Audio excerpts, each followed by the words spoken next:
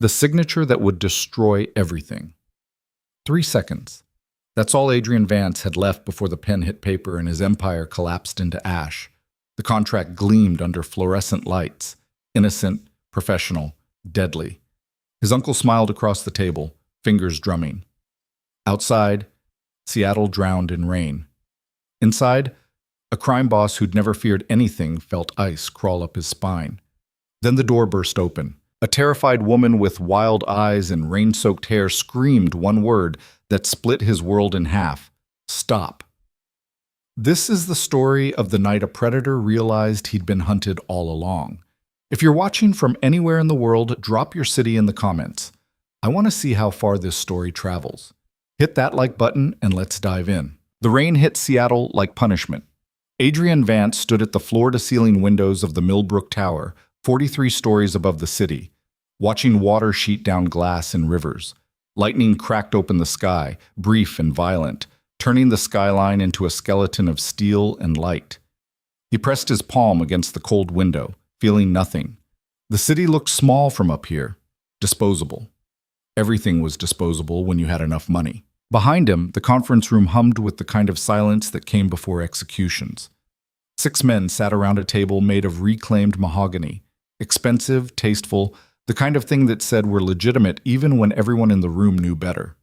His uncle, Marcus Vance, sat at the head of the table, silver-haired and calm, hands folded like a priest about to deliver benediction. The lawyers flanked him, 2 thin men in identical gray suits who never made eye contact and never stopped shuffling papers. Adrian hated them all. Adrian, Marcus's voice was gentle, fatherly. We're waiting. Adrian didn't turn around. I know. Then sit. Let's finish this. The contract sat in the middle of the table, 47 pages of dense legal text that Adrian had read 3 times and understood once. The gist was simple. Sign over operational control of Vance Maritime Holdings to a private equity consortium led by Marcus. Restructure the debt. Dissolve the subsidiary networks. Walk away with enough money to retire comfortably and 0 criminal liability. It was a good deal. Too good. That's what had been eating at him for 3 days. Adrian. Marcus again, firmer now. The buyers are getting nervous. We have a narrow window here. Adrian finally turned. Marcus looked the same as he always did. Pressed white shirt, gold cufflinks, face that belonged on a senator. He'd raised Adrian after his father died. Taught him the business, the rules, the difference between power and the appearance of power. Marcus was the reason Adrian had survived this long in a world where most men like him ended up in prison or shallow graves. And now Marcus was asking him to sign everything away. I need another day, Adrian said. The room shifted. One of the lawyers cleared his throat. Marcus smiled, but it didn't reach his eyes. We don't have another day. Then we don't have a deal. Adrian, I said no. Adrian moved toward the table, hands in his pockets, forcing himself to look relaxed even though his gut was screaming. Something's wrong with this. I can feel it. What you're feeling, Marcus said slowly, is fear, which is understandable. You've built something here. Letting go is hard. It's not that. Then what? Adrian looked at the contract again. Who are the actual buyers? Marcus blinked. That's proprietary. Who are they? One of the lawyers spoke up, voice like dry paper. The consortium is represented by Helix Capital Management, a subsidiary of... I don't care about subsidiaries, Adrian cut him off. Who's writing the check? Silence. Marcus leaned back in his chair, studying Adrian the way a chess player studies a board. You don't trust me. I trust you more than anyone, Adrian said, and meant it. That's why I'm asking. For a moment, something flickered across Marcus's face, something cold and sharp. Then it was gone, replaced by that same fatherly concern. The buyers want anonymity. That's standard for deals like this. Nothing about this is standard. Adrian, the door opened. Everyone turned. A woman stood in the doorway, soaked to the bone, breathing hard. She was maybe 30, thin, with dark hair plastered to her skull and eyes that looked like they'd seen something die. She wore a waitress uniform, black pants, white shirt, name tag that said Lena. Her hands were shaking. One of the lawyers stood, Excuse me, this is a private... Don't sign it, she said. Her voice was barely a whisper, but it cut through the room like a blade. Adrian stared at her. What? The contract. She took a step inside, leaving wet footprints on the carpet. Don't sign it. It's not what you think. Marcus was on his feet now. Who the hell are you? She ignored him, looking straight at Adrian. My name is Lena Carter. I used to work for Garrison and Wells. I built the financial model for Helix Capital's acquisition structure. Her voice was shaking now, words tumbling out too fast. That contract isn't a buyout. It's a confession. You sign that, you're admitting to federal crimes, money laundering, racketeering, conspiracy. They've buried it in the subsidiary transfer clauses. Section 12, subsection 4. You'll be indicted within 48 hours. The room went very still. Adrian felt something cold crawl down his spine. How do you know this? Because I wrote it, she said. And when I figured out what it was really for, they tried to kill me. Marcus moved fast for a man his age. He was across the room in 3 steps, grabbing Lena by the arm. Security! Let her go, Adrian said. Adrian, this woman is clearly... I said let her go. Marcus hesitated. His grip on Lena's arm tightened for a second, then released. She stumbled back, rubbing her wrist. Adrian looked at her, really looked. Saw the bruise on her jaw, partially hidden by her hair. The way she kept her weight on her back foot, ready to run. The desperate, exhausted fear in her eyes. Section 12, Adrian said. Subsection 4.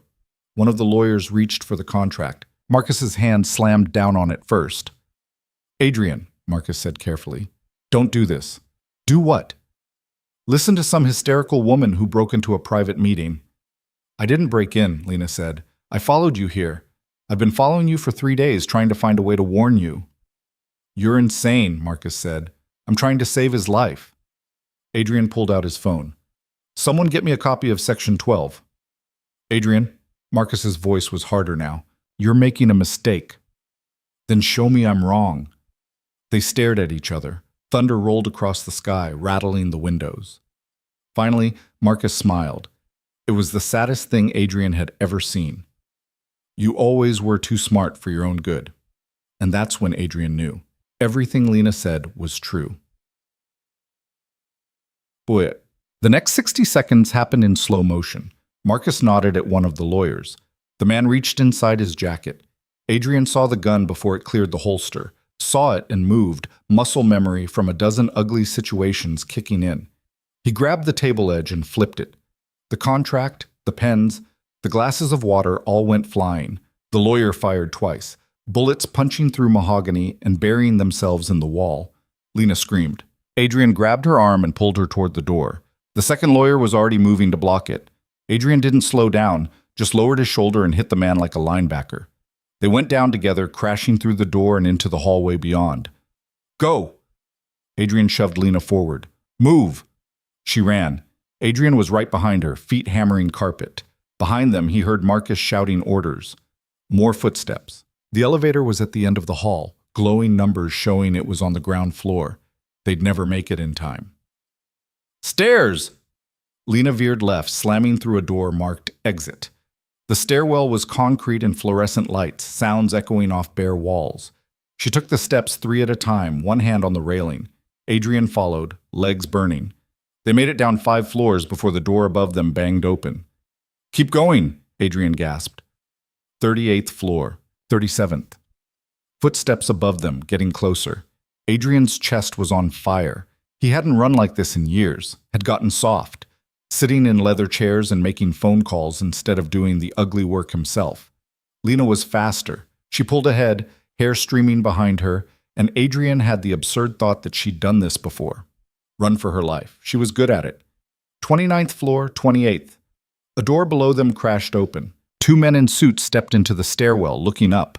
They saw Adrian and Lena and drew weapons. Back! Adrian grabbed Lena and yanked her through the nearest door. 27th floor.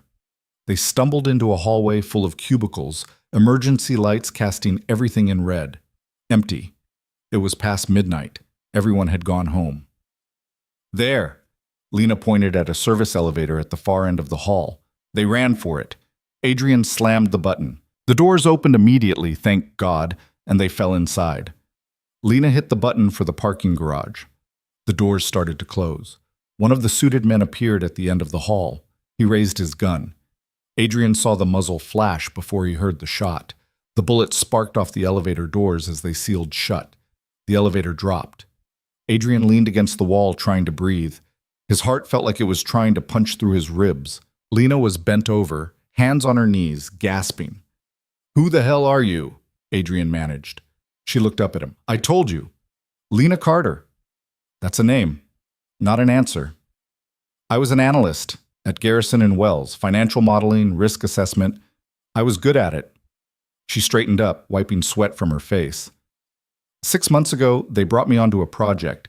Helix Capital was buying a maritime shipping company. They needed someone to structure the deal. Vance Maritime. "No, I didn't know it was yours." "Not at first. It was all shell companies and subsidiaries. But I'm good at patterns. I started seeing things that didn't make sense. Money moving in circles, assets being transferred through weird jurisdictions. So I dug deeper." The elevator shuddered. Floors ticked past. 20th, 19th. And I found out what Helix really is," Lena said. "It's not a private equity firm. It's a front for your uncle." Adrian felt like he'd been punched. "What?" "Marcus Vance created Helix 18 months ago, used offshore accounts and proxy investors to hide his involvement. He's been systematically draining Vance Maritime from the inside. Unpaid invoices, delayed shipments, lost contracts, all of it deliberate. That's insane. Marcus built this company with my father, and now he's destroying it, so he can buy it back for pennies on the dollar and rebuild it without you." 10th floor, 9th. Adrian's mind was racing. 6 months ago, things had started going wrong. Ships delayed, cargo lost, clients leaving. He'd thought it was bad luck, market forces, the kind of chaos that happened in an industry like his. But if Lena was right, why? Adrian said. Why would he do this? Lena looked at him like he was an idiot. Because you were supposed to take over. Your father's will left everything to you. Marcus spent 30 years building an empire, and then your dad gave it to his son instead of his brother. You think that didn't matter? The elevator hit the garage level. The doors opened onto darkness and concrete, the smell of oil and exhaust. A few cars scattered across parking spaces, nothing moving. Adrian stepped out carefully. Where's your car? I don't have one. I took a bus. Jesus. I was homeless 3 weeks ago, Lena said. I'm doing the best I can.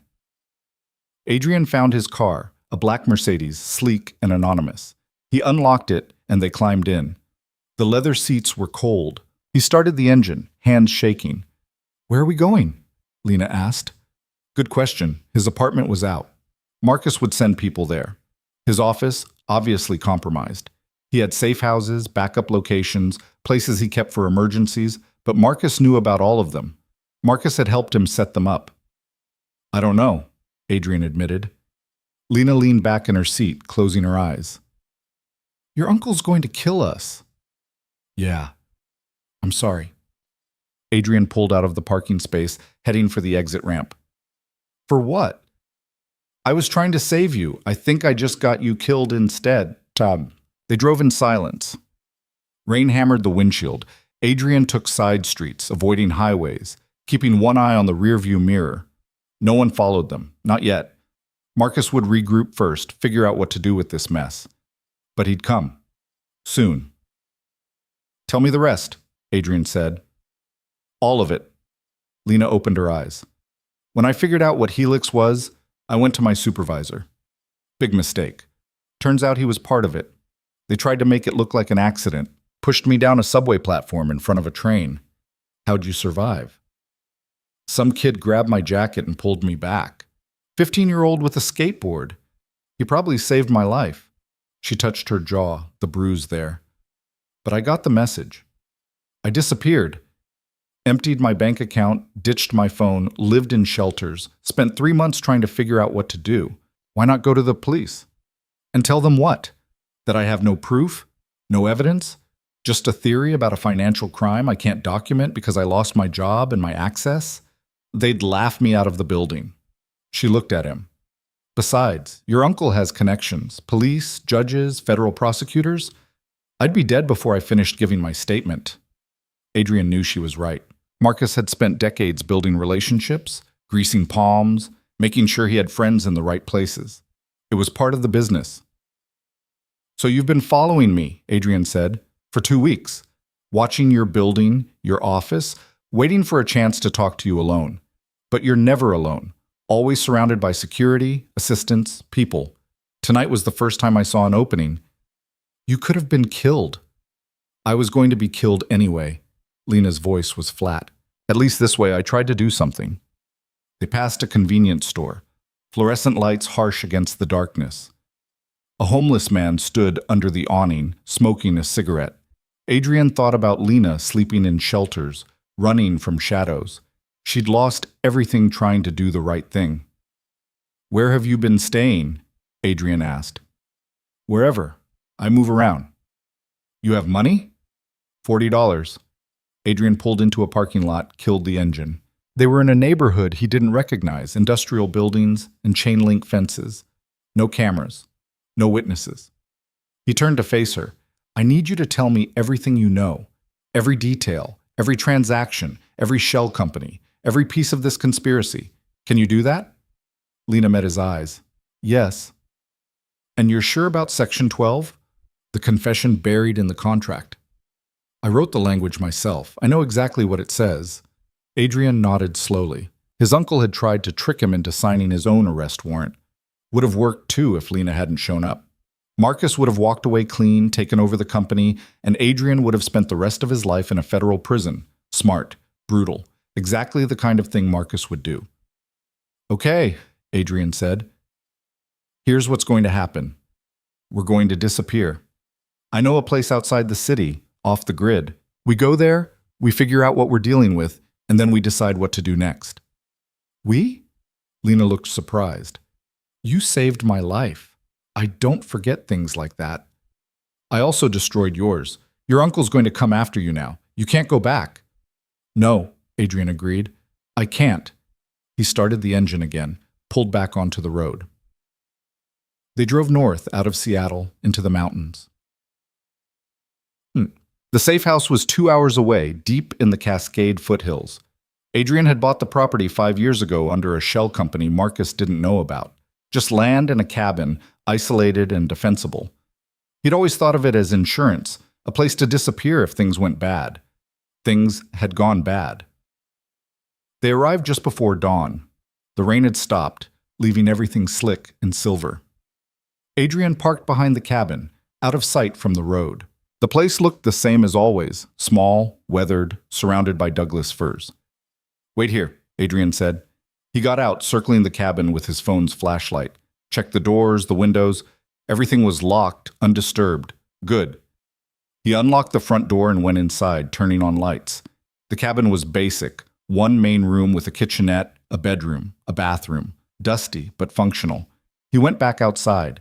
Lena was standing by the car, shivering. The temperature had dropped 20 degrees since they left the city. Come on, Adrian said. She followed him inside. He found blankets in a closet, an old space heater that still worked. While Lena warmed up, he went through the cabinets. Canned food, bottled water, a first aid kit, enough to last a few days if they were careful. His phone buzzed. Adrian pulled it out. 12 missed calls, 8 from Marcus, 4 from numbers he didn't recognize. He turned the phone off and removed the battery. If Marcus was tracking him, that would buy them a little time.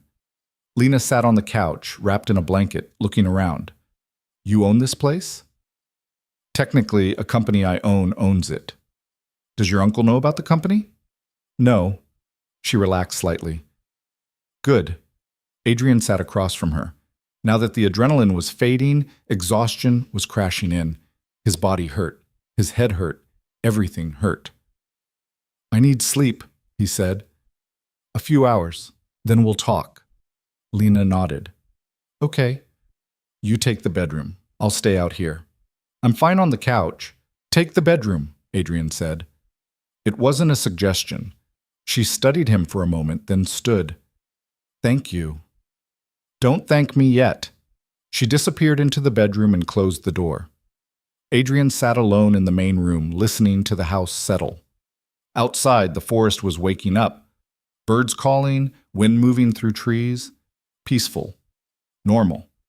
He thought about Marcus, about his father's funeral 15 years ago. Marcus had given the eulogy, talked about family, legacy, duty, had held Adrian afterward while he cried. And all of it, had been a lie. Adrian's phone sat on the table, battery removed, useless. He wondered who else Marcus had paid off, how deep the conspiracy went, how many people Adrian thought he could trust were actually working against him.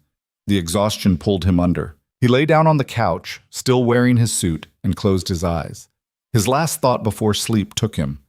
This isn't over. This is just beginning. Adrian woke to the smell of coffee. Sunlight streamed through the windows. He sat up, disoriented, and saw Lena in the kitchenette, pouring water into an old percolator. She'd changed clothes, found something in the bedroom closet, an old flannel shirt that was too big on her. "What time is it?" Adrian's voice was rough. "Almost noon," Lena said. "You were out for 6 hours." Adrian rubbed his face. His body felt like someone had beaten it with a hammer. He stood, joints cracking, and walked to the bathroom, splashed cold water on his face. In the mirror, he looked like hell, dark circles under his eyes, stubble on his jaw, the kind of exhaustion that went bone deep. When he came back out, Lena had coffee ready. He took a cup, grateful. "You sleep?" he asked. "A little." She didn't look it. "I kept thinking your uncle's men would show up. They won't, not here. How can you be sure?" "Because I'm good at staying hidden." Adrian sipped the coffee. It was terrible, but hot. "When I need to be." They sat at the small table by the window. Outside, the forest looked impossibly green, peaceful, 1,000,000 miles from Seattle. "All right," Adrian said. "Start at the beginning. Tell me everything." Lena took a breath. 6 months ago, Garrison and Wells brought me onto the Helix project. They said it was a routine acquisition. Helix Capital buying Vance Maritime Holdings. I was supposed to structure the financial model, make sure the deal made sense. And it didn't. Not even close. The initial valuation was insane, way below market value. When I asked why, they said the target company was over-leveraged, on the verge of bankruptcy. But when I looked at the actual financials, she shook her head. Vance Maritime wasn't bankrupt. It was bleeding, slowly, deliberately. "What do you mean?" "Every quarter, more losses, but not from normal business problems. From sabotage. Contracts canceled at the last minute. Shipments delayed by administrative errors. Maintenance issues that shouldn't have happened. Someone inside the company was making it fail." Adrian felt sick.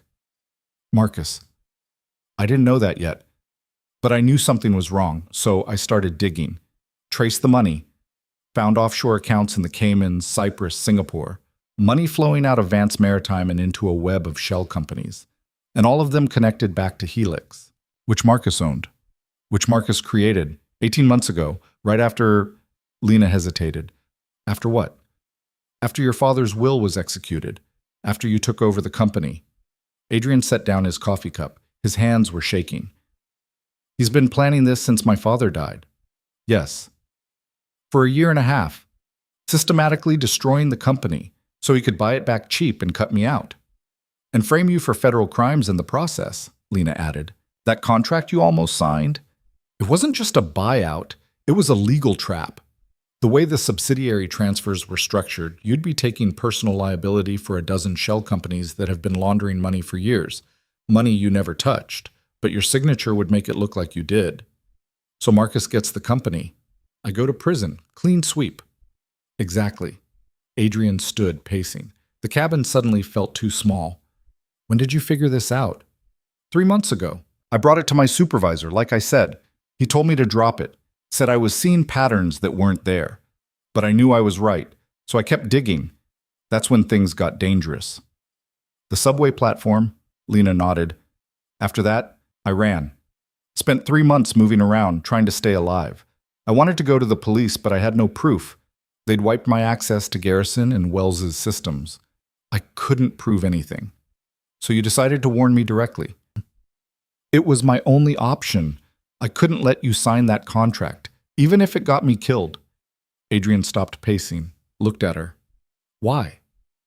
"Why what?" "Why risk your life for me?" You don't know me. I'm not a good person, Lena. I run a criminal enterprise. I've done things. He stopped. Why would you save me? Lena met his eyes. Because you didn't know. I watched you for 2 weeks, saw how you treated your people. You're not a saint, but you're not Marcus either. And because... She looked away. Because someone should have warned me before I got destroyed. No one did. I figured I could do better. They sat in silence. Outside, a bird sang. Somewhere in the distance, a car passed on the mountain road. I need to see the contract, Adrian said finally. The real language. Section 12. I don't have a copy. Can you write it out? From memory? Lena thought about it. Most of it. The key clauses, anyway. Adrian found a notebook and pen in a drawer. Lena started writing. Her handwriting was neat, precise. She filled 3 pages with dense legal language, pausing occasionally to remember specific words. When she finished, Adrian read it twice. She was right. It was a trap. Buried in the subsidiary transfer clauses were admissions of guilt, agreements that Adrian had knowingly participated in money laundering operations, structured financial transactions to evade reporting requirements, conspired with foreign entities to violate sanctions. None of it was explicit enough to jump out on a first read, but to a federal prosecutor, it would be gold. Jesus, Adrian whispered. Yeah. If I'd signed this, you'd be arrested within 48 hours, like I said. Adrian set the notebook down. His mind was racing, trying to think 3 steps ahead. Marcus had planned this perfectly. The company destroyed, Adrian in prison, everything handed over to Marcus on a silver platter. And no one would have known. The contract looked legitimate. The buyout would have seemed like a sad but necessary business decision. He tried to kill me, Adrian said. It felt surreal to say out loud. He's going to keep trying, Lena said quietly. You know that, right? You're a witness now, to everything. You can't go back to your old life. You're a loose end. So are you. I've been a loose end for 3 months. I'm used to it. Adrian laughed, bitter and sharp. Hell of a situation. Yeah. He stood, walking to the window. The sun was high now, warming the forest. It looked so normal out there, like the world wasn't collapsing. We need evidence, Adrian said. Real evidence. Financial records, transaction histories, proof that Marcus created Helix and orchestrated this whole thing. Otherwise, it's just our word against his. I know where the records are, Lena said. Adrian turned. What? Garrison and Wells keeps everything on a secure server. If we can access it, we can't. You said they wiped your access. They wiped my employee access. But I know the system. I helped design the security architecture 2 years ago. Lena stood, coming to stand beside him. There's a back door. Maintenance protocol for system admins. If we can get physical access to their server room, I can get in. That's in downtown Seattle. I know. Marcus will have people watching it. Probably. It's suicide. You have a better idea? Adrian didn't. Even if we get the evidence, then what? We can't go to the police. Marcus owns half the department. Not half, Lena said. Some. And there are people he doesn't own. Federal agents, prosecutors who can't be bought. We just have to find the right ones. That's a big gamble. Everything is a gamble now. She was right. They were out of good options. All they had left were desperate ones. All right, Adrian said. We go back to Seattle, get the evidence, then we find someone we can trust and hope they don't sell us out. Sounds like a terrible plan. You have a better one? Lena smiled. First time he'd seen her smile. It was sad and tired and surprisingly beautiful. Not even a little bit, They spent the rest of the day preparing. Adrian went through the cabin's supplies, took inventory, found 2 burner phones in a drawer still in plastic, an old laptop, slow but functional, some cash he'd stashed years ago, $5,000 in small bills. Not much, but enough.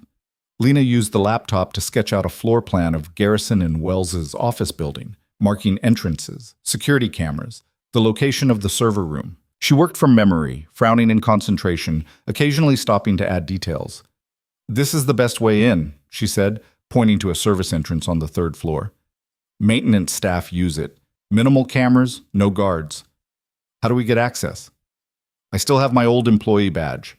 They probably deactivated it, but the physical card might work on older readers. And if not, she shrugged. We improvise. Adrian studied the diagram.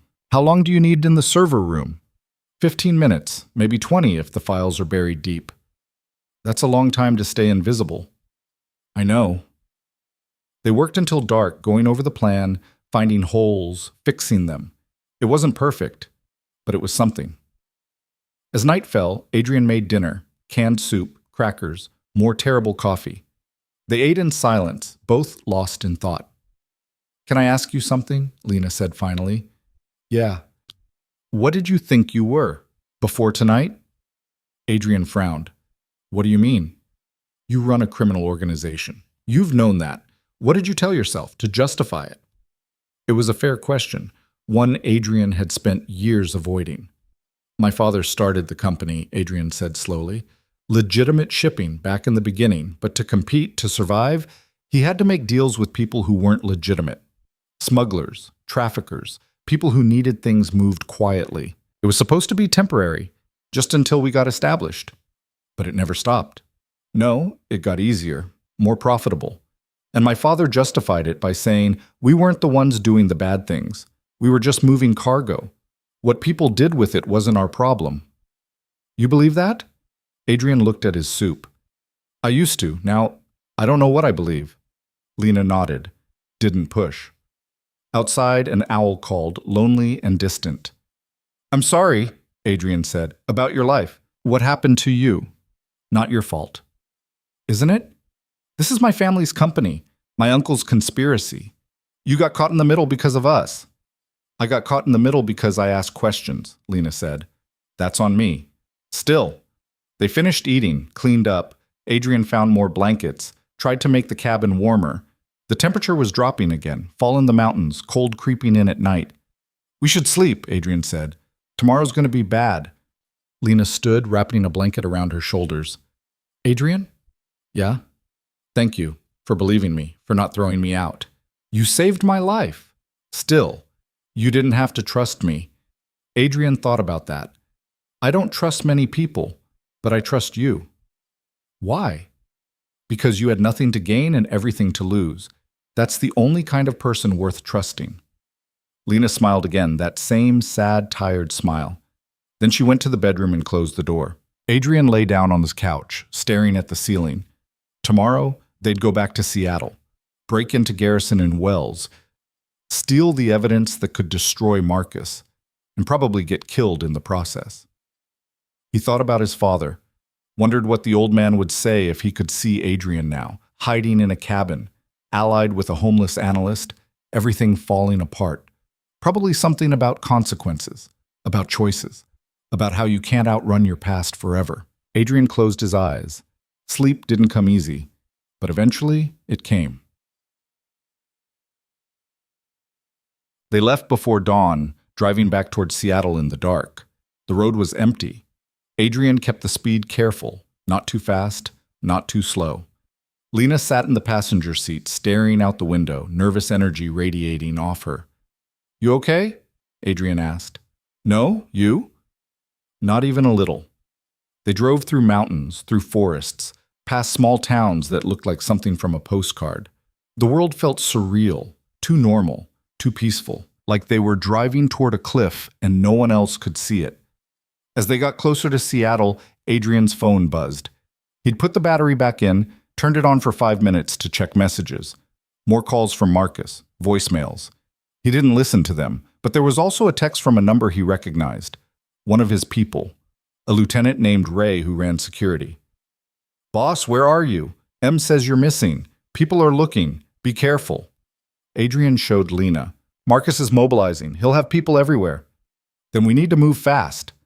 They hit Seattle just after 8 in the morning. Rush hour traffic, thick and slow. Adrian navigated surface streets, avoiding cameras when he could. Garrison and Wells was downtown, a glass tower near Pike Place Market. They parked 3 blocks away, in a public garage. Ready? Adrian asked. Lena looked pale. No, but let's go anyway. They walked through morning crowds, commuters heading to work, tourists taking photos, street performers setting up. Normal people living normal lives. Adrian felt like a ghost moving through them. Garrison and Wells occupied floors 12 through 18 of the Sentinel building. The lobby was marble and steel, security desks staffed by 2 bored guards. Adrian and Lena walked past without stopping, heading for the elevators. "Act like you belong," Adrian whispered. "I did belong. 6 months ago." They rode the elevator to 12, stepped out into a hallway full of suits and caffeine. No one looked at them twice. Just more employees and a building full of employees. Lena led him through corridors, past conference rooms and open offices. She moved with confidence, like she still worked here. Adrian followed, trying to look casual. The service entrance was exactly where she'd marked it, an unmarked door near the bathrooms. Lena pulled out her old badge, swiped it. The light turned red. Access denied. "Damn," Lena muttered. She tried again. Red. Adrian looked around. People were walking past, not paying attention. Yet. "We need another way," he said. Lena thought fast. "Wait here." She walked down the hall, disappeared around a corner. Adrian stood by the door, trying to look like he was waiting for someone. Checked his watch, smiled at a passing woman. Every second felt like an hour. Lena came back 2 minutes later with a man in a maintenance uniform carrying a toolbox. "So it's been making this clicking sound," she was saying. "Really annoying. Could you take a look?" The maintenance guy looked tired but willing. "Yeah, sure." He swiped his badge. The light turned green. The door unlocked. "Thanks so much," Lena said, pushing through. Adrian followed. The maintenance guy came after them, heading for some imaginary clicking sound. They were in a service corridor now, plain walls, fluorescent lights, the hum of machinery. The server room was at the end, behind a locked door with a keypad. "Hey," the maintenance guy said, frowning. "You're not supposed to—" Adrian hit him. One quick punch to the jaw. The guy dropped, stunned. Adrian caught him, lowered him gently to the floor. "Jesus," Lena breathed. "He'll be fine. We need to move." Lena knelt by the keypad, pulled out a small toolkit she'd brought. "This'll take a minute." "Make it fast." She worked, hands steady despite the fear. Adrian watched the corridor, waiting for someone else to come through. His heart hammered. This was insane. They were going to get caught. They were going to die here. The lock clicked. "Got it," Lena said. They went inside. The server room was cold, full of humming machines and blinking lights. Rows of equipment, cables everywhere. Lena moved straight to a terminal, logged in with credentials Adrian didn't ask about. Her fingers flew across the keyboard. "How long?" Adrian asked. 10 minutes. Maybe less. Adrian watched the door, listened to footsteps in the corridor outside, voices passing. Every sound made him flinch. Lena worked. Files appeared on the screen, hundreds of them. She navigated through directories, searching. "There," she whispered. "Helix Capital, acquisition files." She opened folders, started copying data to a USB drive. Progress bar crawled across the screen. 60%, 70%. The door opened. Adrian spun. A security guard stood there, hand on his radio. "Hey, you can't—" Adrian moved without thinking. Crossed the room in 3 steps, grabbed the guard's wrist before he could trigger the radio. They struggled. The guard was young, strong, trained. He drove an elbow into Adrian's ribs. Adrian gasped, didn't let go. They went down together, crashing into a rack of servers. Alarms started blaring. "Lena!" Adrian shouted. "How long?" 95%! The guard got an arm free, went for his gun. Adrian grabbed it first, twisted. The weapon clattered away. The guard headbutted him. Adrian's vision exploded white. He tasted blood. Behind them, Lena screamed, "Got it!" She yanked the USB drive free, ran for the door. Adrian threw the guard off, stumbled after her. His head was ringing. Blood ran down his face. They burst into the corridor. More guards were coming, voices shouting. Lena ran left. Adrian followed, legs pumping. They hit the stairwell, took the stairs down 3 at a time. Adrian nearly fell twice, caught himself on the railing. His ribs screamed where the guard had hit him.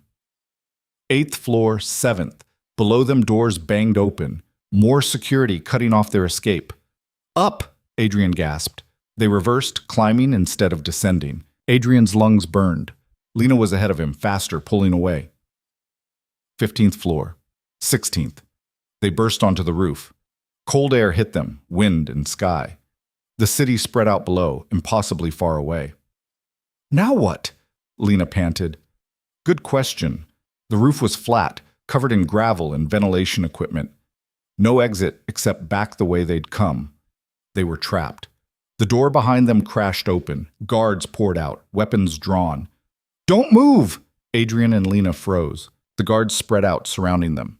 One of the guards, older, spoke into his radio. We've got them. Roof. Seal the building. Adrian looked at Lena. She looked back, terrified. This was it. This was how it ended. But then, the older guard's radio crackled. A voice panicked. All units, shots fired in the lobby. Active shooter. The guards hesitated, looked at each other. What the hell? One of them muttered. More radio chatter, screaming, chaos. The older guard made a decision. Jenkins, Davis, stay here. Everyone else, move. He ran for the stairwell. Most of the other guards followed, leaving just two behind. They kept their guns trained on Adrian and Lena, but they looked uncertain now. Adrian's mind raced. This was a distraction. Someone was helping them. But who? His phone buzzed. Text from Ray. You owe me. Get out. Now. Adrian understood. Ray had created a diversion. Somehow. It wouldn't last long. He looked at the two remaining guards, young, nervous. Minimum wage security, not killers. Listen, Adrian said, raising his hands. We don't want trouble. Let us go, and you'll never see us again. Can't do that, one of them said, but his voice wavered. You're not getting paid enough to die today, Adrian pressed. And trust me, if you don't let us go, people are going to die. Bad people. Dangerous people. The guards exchanged glances. Just let us walk away, Lena added. Please. For a moment, no one moved. Then one of the guards lowered his weapon. You've got 60 seconds. Then we report you were never here. Thank you, Adrian breathed. They ran. They made it out of the building in the chaos. Lobby full of police, people evacuating, no one paying attention to two more people in the crowd. Ray's diversion had worked perfectly. Adrian sent him a text. I owe you. Big. Ray's response.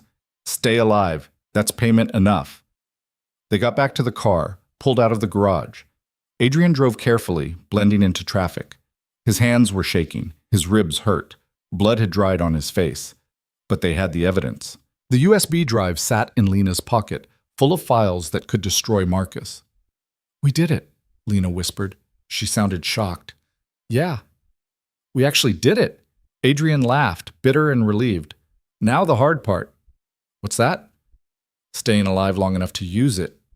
They drove north, back toward the cabin. Adrian's phone buzzed constantly. Marcus calling, texting, desperate now. Adrian ignored it all. Somewhere behind them, his uncle was realizing what had happened. Realizing that Adrian and Lena had evidence, that the trap had failed. Marcus would be coming now, with everything he had. The war had begun. Adrian gripped the steering wheel, jaw set.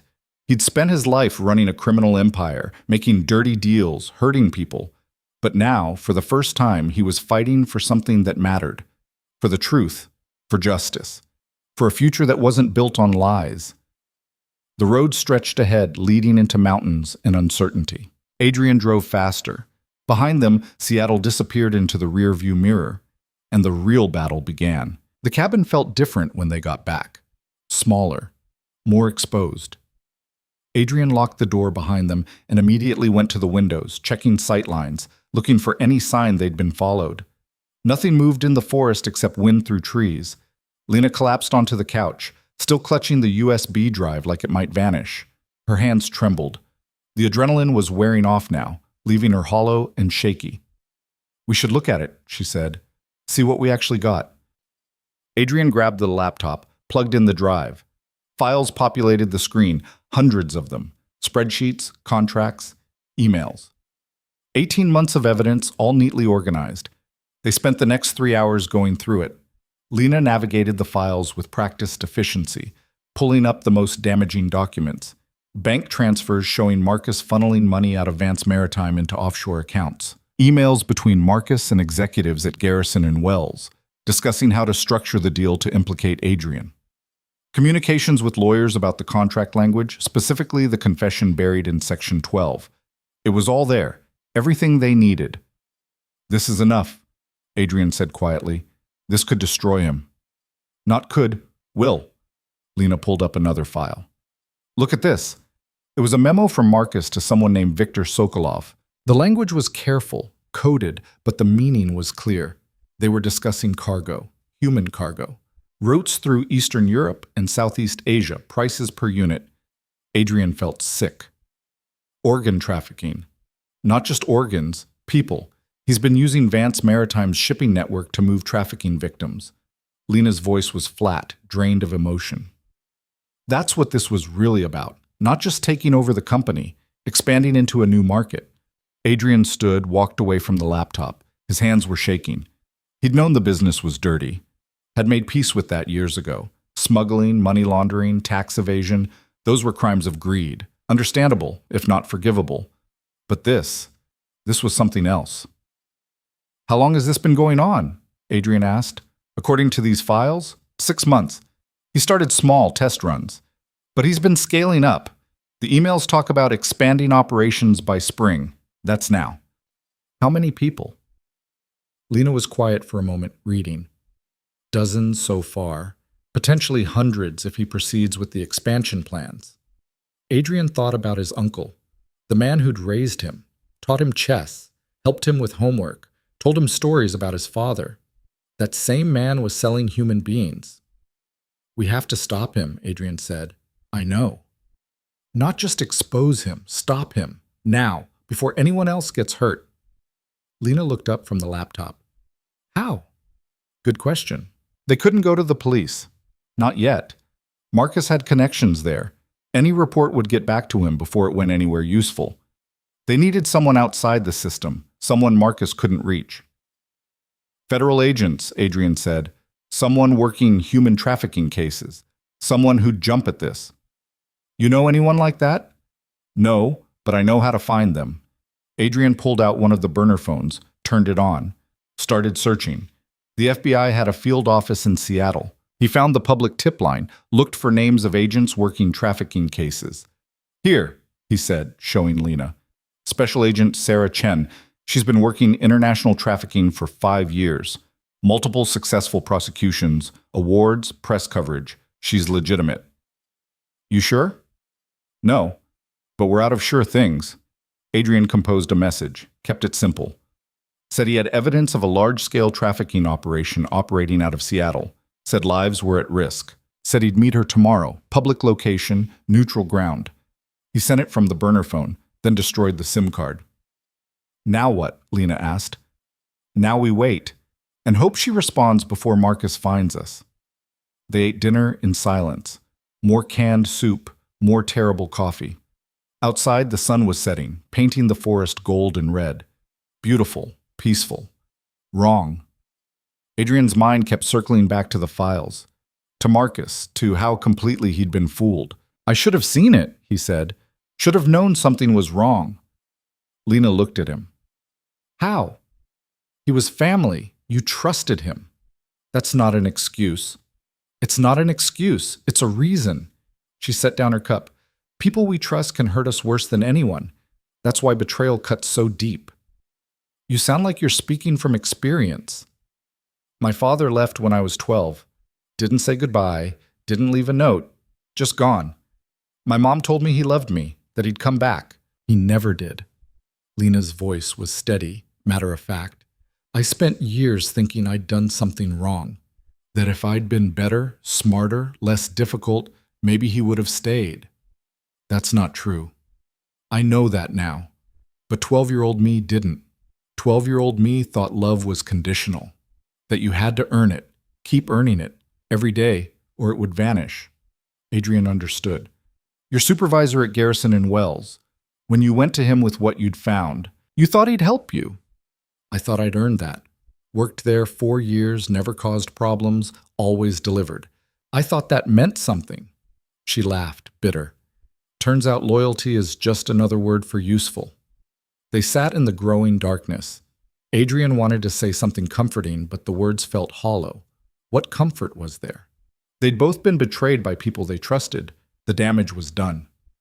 My father used to tell me stories, Adrian said, about building the company, about the early days. He made it sound noble, like we were helping people, providing a service, moving goods that couldn't move through normal channels. Maybe he believed that. Maybe. Or maybe he was just better at lying to himself. Adrian stood, walked to the window. I used to think I was different from him, that I could run the business without becoming what he was. But I'm not different. I'm exactly the same, just with better excuses. You're stopping it now, Lena said. That counts for something. Does it? Yes. Adrian wanted to believe her, wanted to think that one good choice could balance years of bad ones. But he knew better. Redemption wasn't a transaction. You didn't get to murder and steal and destroy, then erase it all with a single act of conscience. The best you could do was stop. Try to limit the damage. Hope that somewhere down the line the scales would balance, even if you never got to see it. The burner phone buzzed. Adrian grabbed it. Text from an unknown number. This is Agent Chen. I'm interested. Pike Place Market. Tomorrow, 2 p.m. West entrance, near the fish stand. Come alone. Adrian showed Lena. You trust her? Lena asked. No, but we're doing it anyway. They spent the rest of the night preparing, made copies of the most damaging files, stored them in different locations, burned everything onto a second USB drive, hid it in the cabin's crawl space. If something happened to them, at least the evidence would survive.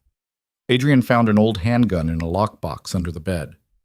Checked the magazine, fully loaded. He hadn't fired a weapon in years. Hoped he wouldn't have to now. Lena watched him. You think it'll come to that? I think Marcus is desperate. Desperate people do desperate things. He's family, your uncle. Would he really kill you? Adrian thought about the guards in the tower, the contract that would have sent him to prison, the trafficking operation using his company's ships. Yes, Adrian said, without hesitation. They tried to sleep. Adrian took the couch again, gun within reach. Every sound outside made him flinch. Wind in the trees sounded like footsteps. Branches against the window sounded like someone trying to break in. Around 3 a.m, he heard Lena crying in the bedroom. Soft, muffled sobs she was trying to hide. He almost went to her, then stopped. Sometimes people needed to break alone. Sometimes comfort made it worse. He lay in the dark, listening to her cry, and hated Marcus more than he'd ever hated anyone. Dawn came slowly. Gray light filtering through windows, cold and unwelcoming. Adrian made coffee, tried to eat, couldn't. His stomach was twisted in knots. Lena emerged from the bedroom looking exhausted but composed. She'd washed her face, tied her hair back, ready for war. You don't have to come, Adrian said. I can meet Chen alone. We've been over this. It's dangerous. Everything is dangerous. Lena poured herself coffee. Besides, I know the files better than you. If she has questions, you'll need me there. Adrian couldn't argue with that. They left the cabin at noon, giving themselves plenty of time. The drive back to Seattle felt longer than before. Every car that passed might be Marcus's people. Every mile brought them closer to a meeting that could save them or kill them. They parked near Pike Place Market just after 1:30. The market was crowded, tourists, locals, street performers, fish vendors shouting and throwing salmon for the crowds. Good cover. Hard for anyone to make a move with this many witnesses. Adrian and Lena walked through the market separately, not together. Safer that way. If someone was watching, they'd look for a couple, not two individuals. Adrian found the west entrance, positioned himself near the fish stand like Chen had said. The smell of seafood was overwhelming. A vendor tried to sell him crab. Adrian waved him off. 2 o'clock came and went. Adrian checked his phone. No messages. 5 passed. 10 passed. At 15 past, a woman approached. Asian, late 30s, wearing jeans and a jacket that didn't quite hide the weapon at her hip. She had cop eyes, constantly scanning, never still. Adrian Vance? Agent Chen? She nodded. You alone? Yes. That woman near the flower stand, dark hair, flannel shirt, she's with you. Adrian didn't bother denying it. She's the one who found the evidence. Bring her. Lena joined them. Chen looked her over, assessing. You're Lena Carter, former analyst at Garrison and Wells, reported missing 3 months ago. There's a welfare check request filed on you. Filed by who? Lena asked. Your former employer. They tried to kill me. So you said in the message. Chen gestured toward a coffee shop across the street. Let's talk somewhere private. They followed her to a table in the back. Chen ordered nothing, just sat with her back to the wall, eyes on the door. Show me what you have, she said. Adrian pulled out the USB drive. Everything's on here, financial records, emails, communications, evidence of money laundering, conspiracy, and human trafficking, Chen finished. You mentioned that in your message. Vance Maritime Holdings has been moving people. Eastern Europe, Southeast Asia. Dozens already. Plans to expand. Chen's expression didn't change, but something in her eyes sharpened. Vance Maritime, that's your company. Was my company. It's being stolen by my uncle, Marcus Vance. He's the one running the trafficking operation. And you didn't know about this? No? You're telling me you run a criminal shipping operation, but you didn't know it was being used for trafficking? Adrian met her eyes. I'm not claiming innocence. I've done things, broken laws. But I didn't know about this, and I'm trying to stop it now. Chen studied him, then looked at Lena. What's your angle? I don't have one, Lena said. I found the evidence. They tried to kill me. I went to Adrian to warn him. That's it. Why would you warn him? He's a criminal. Because nobody should be set up the way he was being set up, and because I'm tired of letting bad people win. Chen almost smiled. Almost. You've got balls. I'll give you that. She took the USB drive, plugged it into a laptop she pulled from her bag, started scrolling through files. Her expression remained neutral, but Adrian could see her processing the information, connecting dots, building a case in her mind. This is good, Chen said after a while. This is very good. Can you use it? Adrian asked. If it's authentic, yes. I'll need to verify everything, run it through forensics, make sure it hasn't been tampered with. It hasn't. I believe you, but I still have to verify. That's how evidence works. Chen closed the laptop. What do you want in exchange? Nothing. She raised an eyebrow. Nothing? I want Marcus stopped. I want the trafficking operation shut down. I want those people saved. And what about you? You're confessing to crimes here. Money laundering, racketeering, conspiracy. I know. You'll go to prison. I know that too. Chen leaned back. Why? Why burn your life down for this? Adrian thought about the files, about the memo discussing human cargo like it was furniture, about dozens of people trapped in shipping containers, terrified and helpless. Because it's the right thing to do, he said, and because I'm tired of being the person I've been. Chen looked at him for a long moment, then nodded. All right, I'm going to take this, verify it, and if it checks out, we move. Fast. But I need you both to disappear. If Marcus knows you talked to me, he'll run or destroy evidence. Can you stay hidden? Yes. How long? As long as you need. 48 hours, Chen said. I need 48 hours to build the case and coordinate with other agencies. Can you give me that? We'll manage. Chen stood. One more thing. If this turns out to be fake, if you're wasting my time or setting me up, I will destroy you. Both of you. Understand? Understood, Adrian said. She left without another word. Adrian and Lena sat in silence. Around them, the coffee shop buzzed with normal life. People on laptops, couples on dates, someone reading a newspaper.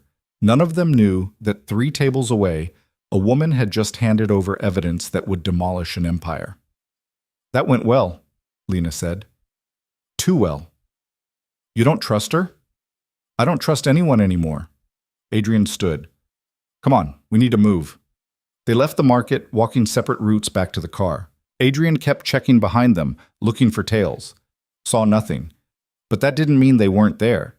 They drove north again toward the cabin. Adrian's mind was racing. 48 hours. That's all they had to hold out. 2 days, and then federal agents would sweep in, arrest Marcus, dismantle the operation. 2 days. It felt like forever. They were 20 minutes outside Seattle when Adrian's phone rang. Not the burner, his actual phone. A number he recognized. Ray. Adrian answered. Yeah? Boss? Ray's voice was tight. We got a problem. What kind of problem? Marcus knows you met with someone. He's got people at the market. They saw you with a Fed. Adrian's blood went cold. How long ago? 20 minutes. He's pulling everyone. Says you're a traitor. Says anyone who helps you is dead. Ray, I'm out, boss. I'm sorry. I can't go against Marcus. He'll kill my family. The line went dead. Adrian threw the phone out the window. Damn it! What happened? Lena asked. Marcus knows. He knows we met with Chen. How is that possible? We were careful. He has people everywhere. I told you. Adrian pressed the accelerator. The car leaped forward. We need to get to the cabin, grab our stuff, and disappear. Now. They raced through mountain roads, tires screaming on curves. Adrian pushed the Mercedes harder than he should have, but there was no choice. If Marcus knew about Chen, he'd know about the evidence. He'd come for them with everything he had. The cabin appeared ahead, small and dark against the trees. Adrian skidded to a stop, jumped out. Grab everything important. 2 minutes. They ran inside. Adrian went for the gun, the backup USB drive from the crawl space, the cash. Lena grabbed their notes, the laptop. They moved fast, efficient. Adrian was stuffing bills into a bag when he heard it. Cars. Multiple engines, coming up the mountain road. Lena, we need to go. Now. They bolted for the door. Adrian threw their bags in the car, started the engine. 3 black SUVs emerged from the tree line, blocking the road ahead. Back up, Lena shouted. Adrian threw the car in reverse, tires spitting gravel. Behind them, 2 more SUVs appeared, cutting off their escape. They were boxed in. Men poured out of the vehicles. 8, 10, maybe more. All armed. They spread out surrounding the cabin. From the lead SUV, Marcus stepped out. He looked the same as always, calm, composed, like he was arriving at a business meeting, not a murder. Adrian, Marcus called, come out, let's talk. Adrian killed the engine, looked at Lena. Stay here. Lock the doors. Are you insane? He won't shoot me. Not out here. Too messy. Adrian hoped that was true. But if this goes bad, you run. Don't wait for me. Just run. He got out of the car before she could argue. Marcus walked toward him, stopping 20 feet away. His men flanked him, weapons ready, but not raised. Yet. You've caused me a lot of trouble, Marcus said. Good. I tried to make this easy. The contract, the buyout, a clean exit, but you had to be difficult. You tried to frame me, send me to prison. It was nothing personal, just business. Marcus smiled. But then you had to go and steal my files, meet with federal agents. Now it's personal. You're trafficking people, Marcus.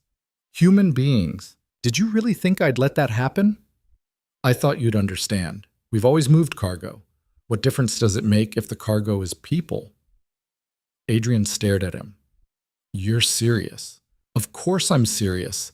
There's money in it, real money, billions. We could have built something incredible together.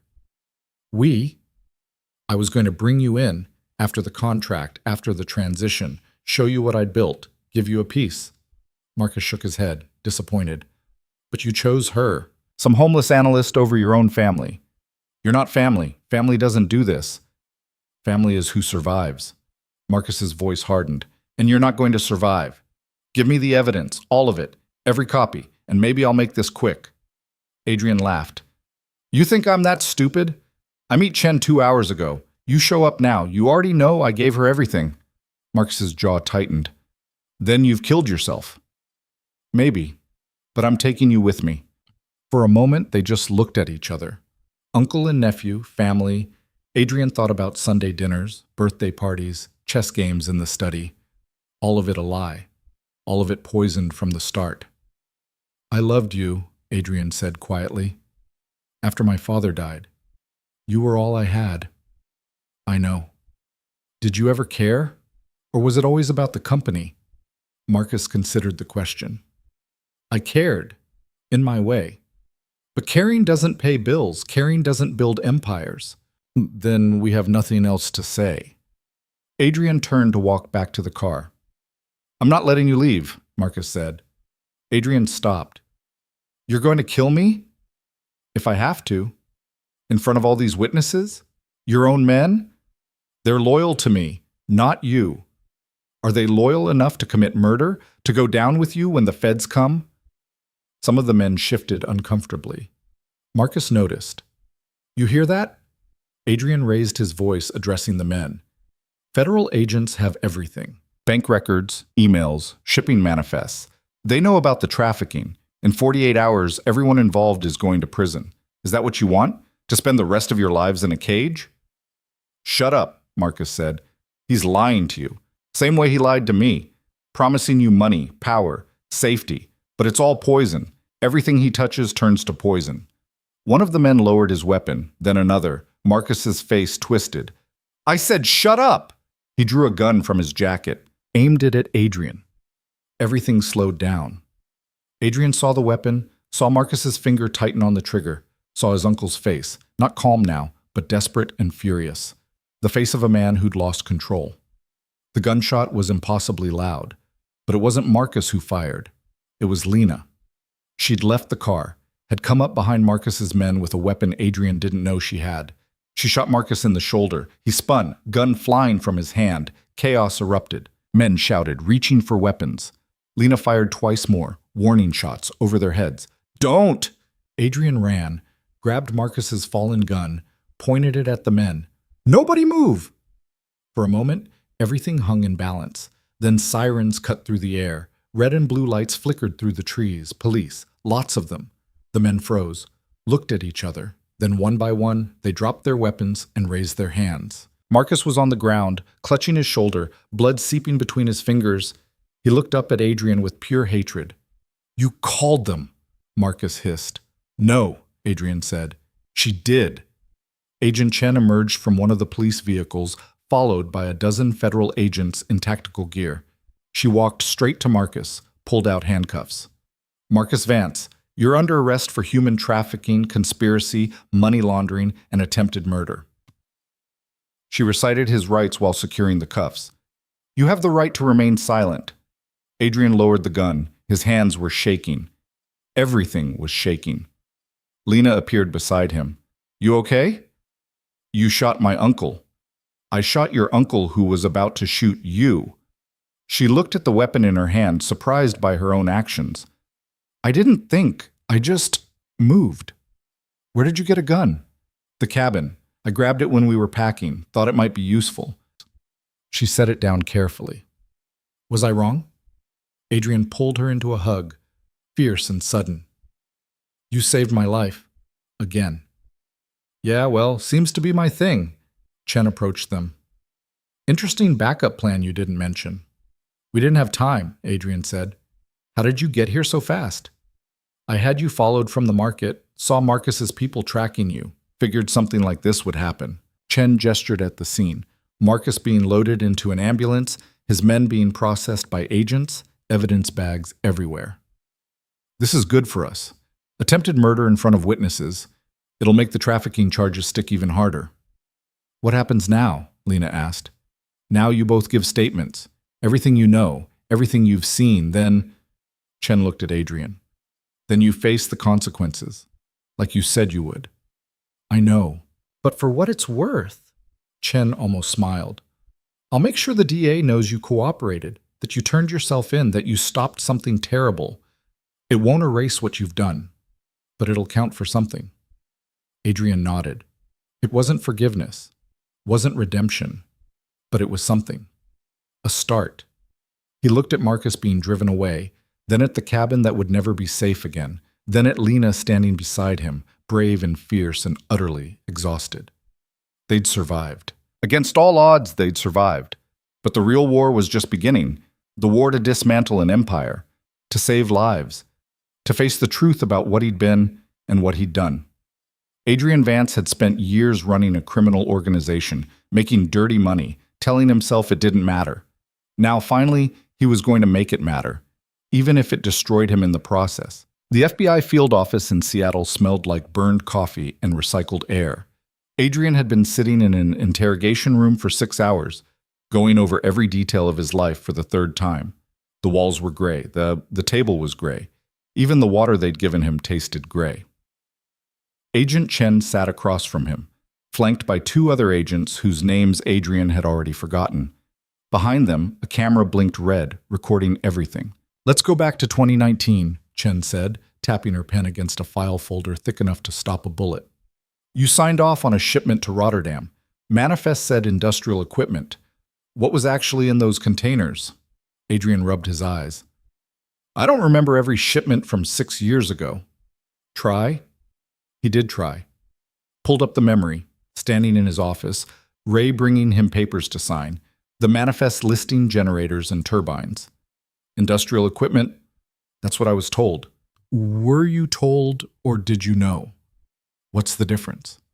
"The difference is intent. Did you knowingly approve illegal cargo, or were you negligent?" "I was both," Adrian said flatly. "I didn't ask questions I should have asked, because I didn't want to know the answers." Chen made a note. "Tell me about Viktor Sokolov." "I never met him." "But you knew the name." "I saw it on shipping invoices. Eastern European client. Marcus handled that account personally." "And you never wondered why?" "I wondered a lot of things. I just didn't do anything about them." Adrian leaned back in his chair. The metal was cold against his spine. "You want me to say I'm innocent? I'm not. You want me to pretend I didn't know what kind of business I was running? I knew. Maybe not the details, maybe not the names, but I knew." "Then why stop now?" "Because there's a difference between moving drugs and moving people, between stealing and slavery." Adrian met her eyes. "I drew a line. Too late, maybe. But I drew it." Chen studied him, then closed the folder. "We're done for today. You'll be transported to a holding facility until arraignment." "What about Lena?" "Ms. Carter is giving her statement in another room. She'll be processed separately. She didn't do anything wrong. She tried to stop this. She also shot a man. Even if it was self-defense, that requires investigation." Chen stood. "You want to help her? Keep cooperating. The more you give us, the better I can argue for leniency. For both of you." Two marshals entered, cuffed Adrian's wrists. The metal bit into skin already raw from wearing restraints all day. They led him through corridors that all looked the same, past windows showing a city that had kept moving while his life fell apart. In the holding cell, Adrian sat on a concrete bench and stared at nothing. The walls were covered in graffiti, names, dates, crude drawings. Someone had scratched "innocent" into the paint. Someone else had crossed it out. He thought about Marcus in a hospital bed somewhere, shoulder bandaged, probably already calling lawyers. His uncle would fight this. He had money, connections, decades of carefully built relationships. The case might take years. People would keep suffering while they waited for justice. Adrian closed his eyes. Tried to sleep. Couldn't. Around midnight, a guard brought him to a phone. 5 minutes.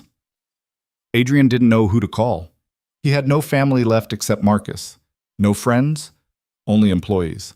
He picked up the receiver anyway, dialed a number from memory. Ray answered on the third ring. "Yeah? It's me." Silence. Then, "Boss, I can't talk to you. Marcus said, I'm not your boss anymore. Marcus isn't either. He's under arrest. It's over." "Nothing's over. He's got lawyers. He'll beat this." "No, he won't. The feds have everything. Bank records, shipping manifests, communications. They've got him cold." Ray was quiet for a long moment. "What do you want from me?" "I want you to testify. Tell them what you know. Help them build the case." "That's suicide." "It's survival. The organization is done. Anyone still loyal to Marcus is going down with him. But if you cooperate now, you might walk away." "I got a family, boss. Wife, 2 kids. If I turn, people will come after them." "If you don't turn, you'll be in prison, and they'll have no one."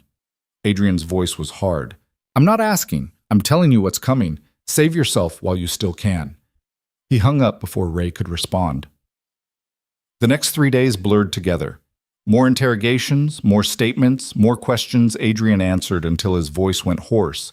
Prosecutors came and went, building cases against Marcus, against the organization, against everyone who'd ever touched Vance Maritime.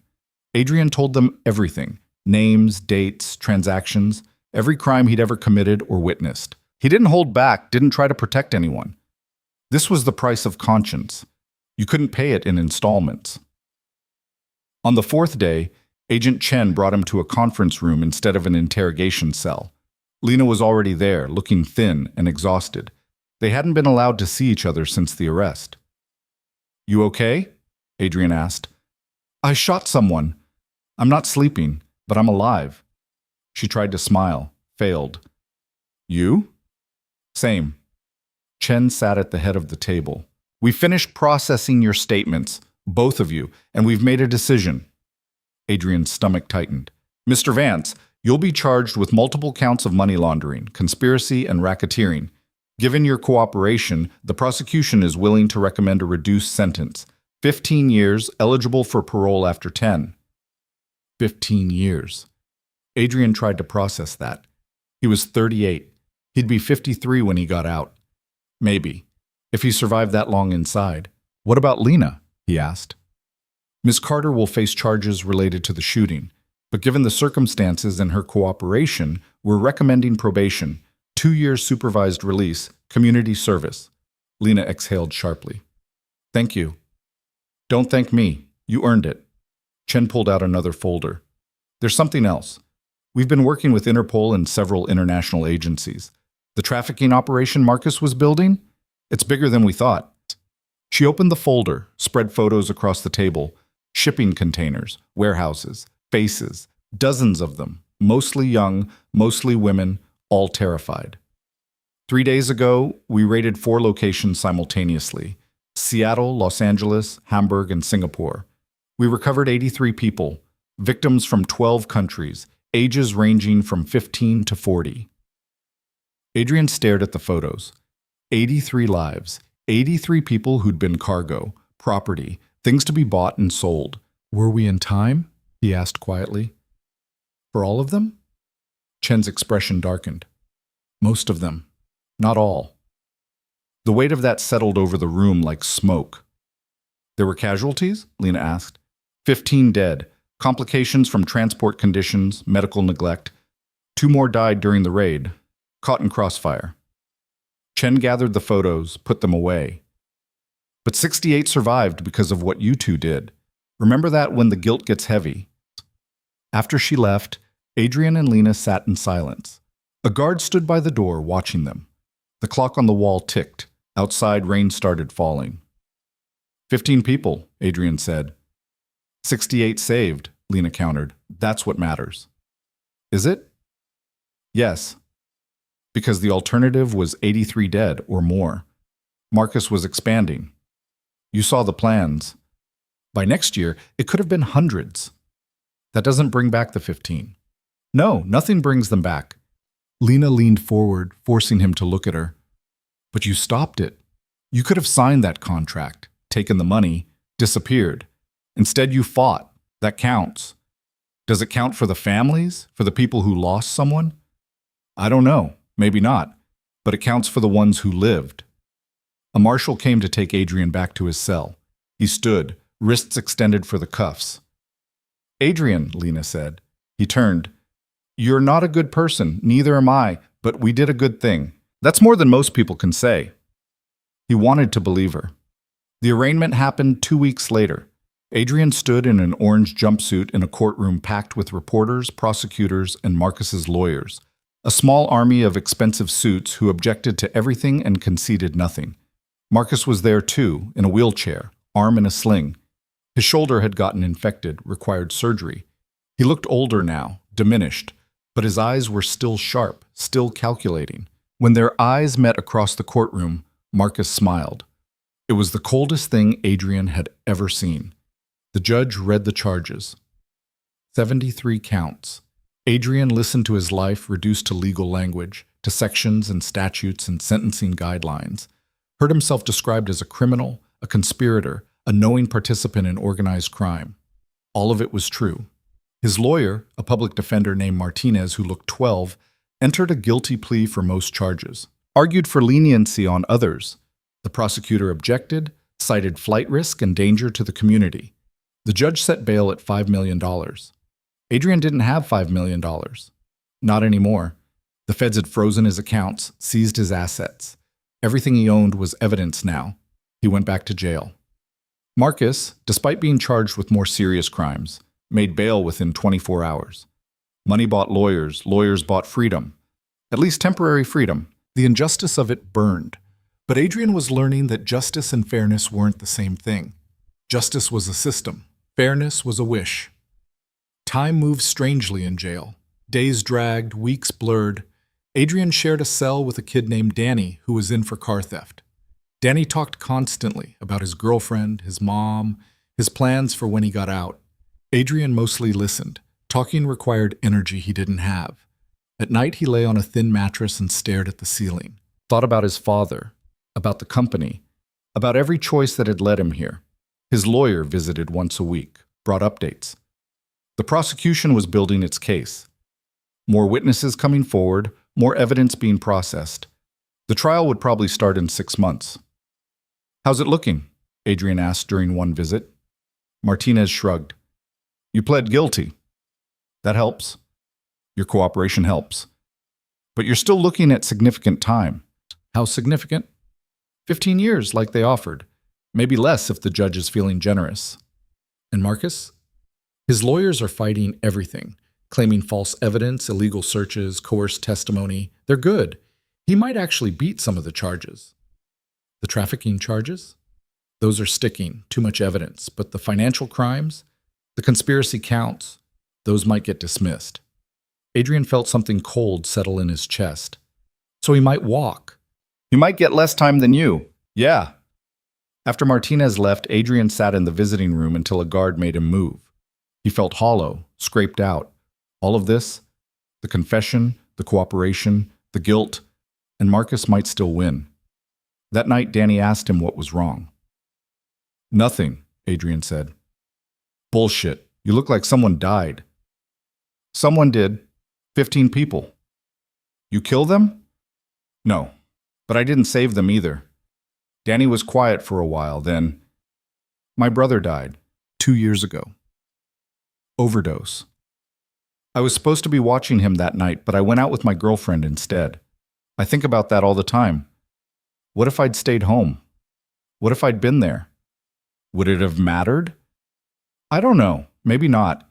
He'd been using for years. Probably would have happened anyway, but I still think about it." "How do you live with that?" "I don't know," Danny admitted. "I just keep going. Wake up, eat, sleep, repeat. Eventually the guilt gets quieter. Never goes away, but it gets quieter." Adrian hoped that was true. 2 months into his incarceration, Lena visited. She looked different, healthier. She'd gained weight, cut her hair short, wore clothes that actually fit. The terror that had lived in her eyes was gone, replaced by something steadier. They sat across from each other in the visiting room, separated by plexiglass, talking through phones that crackled with static. "How are you?" she asked. "I'm in jail." "How do you think?" "Fair point." "You look good." "I got a job. Data analysis for a nonprofit. They help trafficking victims rebuild their lives. It's not much, but it's something." "That's good. I'm glad." "I testified yesterday.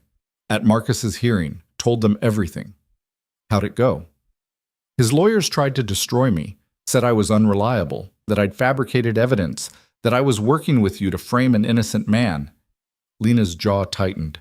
"But Agent Chen backed me up. So did the forensic accountants. The evidence speaks for itself." "Is he going to prison?" "I don't know. His trial starts next month. We'll see." They sat in silence for a moment, the visiting room buzzing with other conversations, other families trying to stay connected through glass and bad phone lines. "I'm sorry," Adrian said. "For what?" "For all of this. For dragging you into my mess. You didn't drag me. I walked in on my own. Still." "Adrian, stop. I made my choice. I don't regret it." "You should. You could have stayed hidden. Instead, you saved me, and now your life is better," Lena interrupted. "My life is better. I have a job, an apartment. I'm not running anymore. I'm not scared. Whatever happens, it was worth it." Adrian wanted to argue, wanted to tell her she was wrong. But looking at her through the scratched plexiglass, seeing the certainty in her eyes, he couldn't. "Thank you," he said instead, "for everything." "You're welcome." A guard announced 5 minutes remaining. "Listen," Lena said quickly. "I talked to your lawyer about a character witness, someone to testify on your behalf. I offered, but Martinez said it would look better coming from someone outside the case." "I don't have anyone outside the case." "What about Ray?" "Ray won't help me. He did once, when we escaped the tower. He created that diversion, remember?" Adrian did remember. "That was before everything fell apart. So call him. Ask. Worst he can do is say no." Time was called, visits ended. Adrian hung up the phone, watched Lena walk away through the exit. She looked back once, smiled, then was gone. That night, Adrian used his phone privileges to call Ray. It rang 6 times before someone picked up. "Yeah?" Ray's voice, cautious. "It's Adrian." "I know." "You testifying?" "I gave a statement to the feds, like you said." "That took guts. Took stupidity. Marcus's people are pissed. I've been getting threats." "They're just talk. Marcus doesn't have power anymore." "Maybe. Maybe not." Ray sighed. "What do you want, boss?" "I need a favor." "After everything? You serious?" "I need someone to testify at my sentencing, character witness, someone who knows what I was like before all this." "You mean someone to lie and say you were a saint?" "No, someone to tell the truth, that I wasn't all bad, that I had lines I wouldn't cross until Marcus erased them." "I don't know, boss. Getting involved again. I'm not asking for me. I'm asking for the 68 people who are alive because we stopped Marcus. They deserve to know someone tried, someone gave a damn." Ray was quiet for a long time. Adrian could hear voices in the background, a TV playing, life happening somewhere normal. "I'll think about it," Ray said finally. "That's all I'm asking." 3 weeks later, Marcus's trial began. Adrian followed it through news reports and updates from Martinez. The prosecution built a methodical case: witnesses, documents, financial records. They presented evidence of the trafficking operation, the shell companies, the conspiracy to frame Adrian. Marcus's defense was equally methodical. They attacked every witness, questioned every document, suggested alternative explanations for everything. Their strategy was simple: create reasonable doubt. Make the jury wonder if maybe, possibly, Marcus was being set up by his desperate nephew. It almost worked. The trial lasted 6 weeks. The jury deliberated for 4 days. When the verdict came in, Adrian was in his cell. Martinez called him to the phone. "Guilty," Martinez said, "on 70% of the charges, including the trafficking counts." Adrian leaned against the wall. "What's the sentence?" "Won't be decided until next month, but he's looking at 30 to 40 years. Given his age, that's essentially life." Adrian should have felt relief, victory, something. Instead, he just felt tired. "What about me?" he asked. "Your sentencing is next week. Be ready." The courtroom was less crowded for Adrian's sentencing than it had been for Marcus's trial. No reporters, no cameras, just a handful of people who still cared enough to show up. Lena sat in the front row.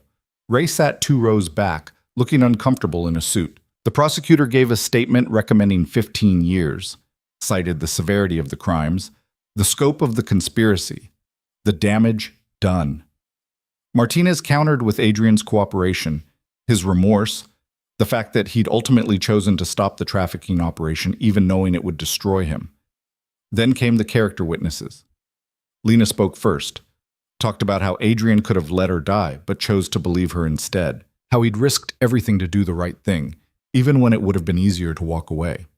Ray spoke second, talked about working for Adrian for 8 years, said Adrian had been tough, but fair. Said he'd always protected his people, always made sure they got paid. He wasn't perfect, Ray said, but he wasn't Marcus either. There's a difference between making money on the wrong side of the law and selling human beings. Adrian knew that difference. When it mattered, he chose the right side. The judge listened to everything, made notes, finally looked at Adrian. "Do you have anything you'd like to say?" Adrian stood. His hands were cuffed. He'd written a speech, practiced it in his cell, but standing there facing the judge, the words disappeared. "I'm guilty," Adrian said simply, "of everything they charged me with. I knew what I was doing. I knew it was wrong. I did it anyway." The judge waited. The courtroom was silent. I can't undo what I've done, Adrian continued. Can't bring back the people who died. Can't erase the years I spent building something rotten. But I can own it. I can say I was wrong. I can accept the punishment. He paused, collecting his thoughts. My father used to tell me that a man's character is defined by what he does when no one's watching. For years, I failed that test. I did things I'm ashamed of when I thought no one would know. But then Lena showed me what I was really part of, what Marcus was building, and I had a choice. Keep pretending I didn't know, or stop running. I stopped running. I know that doesn't fix anything, but it's all I've got. The judge nodded slowly, made more notes, then delivered the sentence. 12 years, eligible for parole after 8, to be served in a federal facility determined by the Bureau of Prisons. Adrian felt the number land. 12 years, 8 if he was lucky. He'd be 46 when he got out, 50 if he wasn't. His life, measured in years behind bars. The marshals led him out. Lena caught his eye as he passed, mouthed something he couldn't hear. He nodded anyway. In the holding cell, waiting for transport to the federal facility, Adrian thought about time, how much he'd wasted, how much he'd lost. 12 years was nothing compared to what his victims had lost. But it was all he had to give. Danny's words came back to him. Eventually the guilt gets quieter. Adrian hoped that was true. He hoped 8 years would be enough. The transport van came at dawn. Adrian was shackled with 6 other prisoners, all heading to different facilities. They drove for 3 hours through mountains and farmland, past small towns where people were starting their normal days. The Federal Correctional Institution at Sheridan sat in the middle of nowhere, surrounded by fences and empty fields. It looked exactly how Adrian had imagined prison would look. Gray buildings, razor wire, guard towers. No illusions about what it was. Processing took all day. Photos, fingerprints, medical examination, psychological evaluation. They gave him a uniform, a cell number, a list of rules. His cellmate was a man named Torres who was in for tax evasion. They nodded at each other, didn't talk much. Torres had been inside for 3 years already. He had the prison rhythm down. When to eat, when to talk, when to keep quiet. Adrian lay on his bunk that first night and stared at the ceiling. 8 years minimum. Nearly 3,000 days, 70,000 hours. Time to think about what he'd done. Time to figure out who he wanted to be when he got out. If he got out. In the distance, someone was screaming, guards shouting. The normal sounds of a place built to contain people who'd broken the rules. Adrian closed his eyes and tried to imagine the future. Tried to see himself 8 years from now, walking out into sunlight, free. Tried to believe that redemption was possible. That he could become something other than what he'd been. He couldn't see it. Not yet. But maybe that was okay. Maybe that's what prison was for, to give you time to find a version of yourself worth becoming. Adrian thought about the 68 people who were alive, about Lena rebuilding her life, about Marcus, who would die behind bars. The scales didn't balance, they never would. But at least now, finally, Adrian had stopped pretending they did. That was something. It would have to be enough. The first year inside was the hardest. Adrian learned the rhythms fast because he had to. When to walk through the yard without looking like prey. Which guards would look the other way, and which ones lived for finding contraband. How to eat food that tasted like cardboard without complaining, because complaining marked you as soft. Torres taught him most of it. How to sleep light, how to read the tension in a room before violence erupted, how to trade commissary items for things that mattered, a quieter cell block, a better work assignment, information. You're smart, Torres said one night, 3 months in. They were lying in their bunks after lights out, talking in whispers. You'll figure it out. Figure what out? How to survive this without losing yourself. Some guys come in here and turn into animals. Others come in and just disappear, ghost walking around. You're neither. What am I then? Still deciding. That's good. Means you're not done yet. Adrian thought about that a lot in the months that followed. Work assignment came through in his 4th month. They put him in the prison library, cataloging books and helping inmates with legal research. It was quiet work, purposeful. Better than the laundry or the kitchen. The library was run by a corrections officer named Wallace, an older black man with gray in his beard and eyes that had seen everything twice. He didn't talk much, just nodded when Adrian showed up for his shifts and left him alone to work. One afternoon, Adrian was shelving books when Wallace approached him. "You read much?" Wallace asked. "Used to, not lately. Might want to start again. Time moves faster when you got somewhere to go in your head." Wallace handed him a book, old worn cover. The title was half faded, Man's Search for Meaning. "What's it about?" Adrian asked. "Guy survives concentration camps, talks about finding purpose in suffering, might be useful." Adrian took the book back to his cell. Read it that night, then again the next week. The author wrote about how people could endure anything if they had a reason, a purpose, something beyond themselves.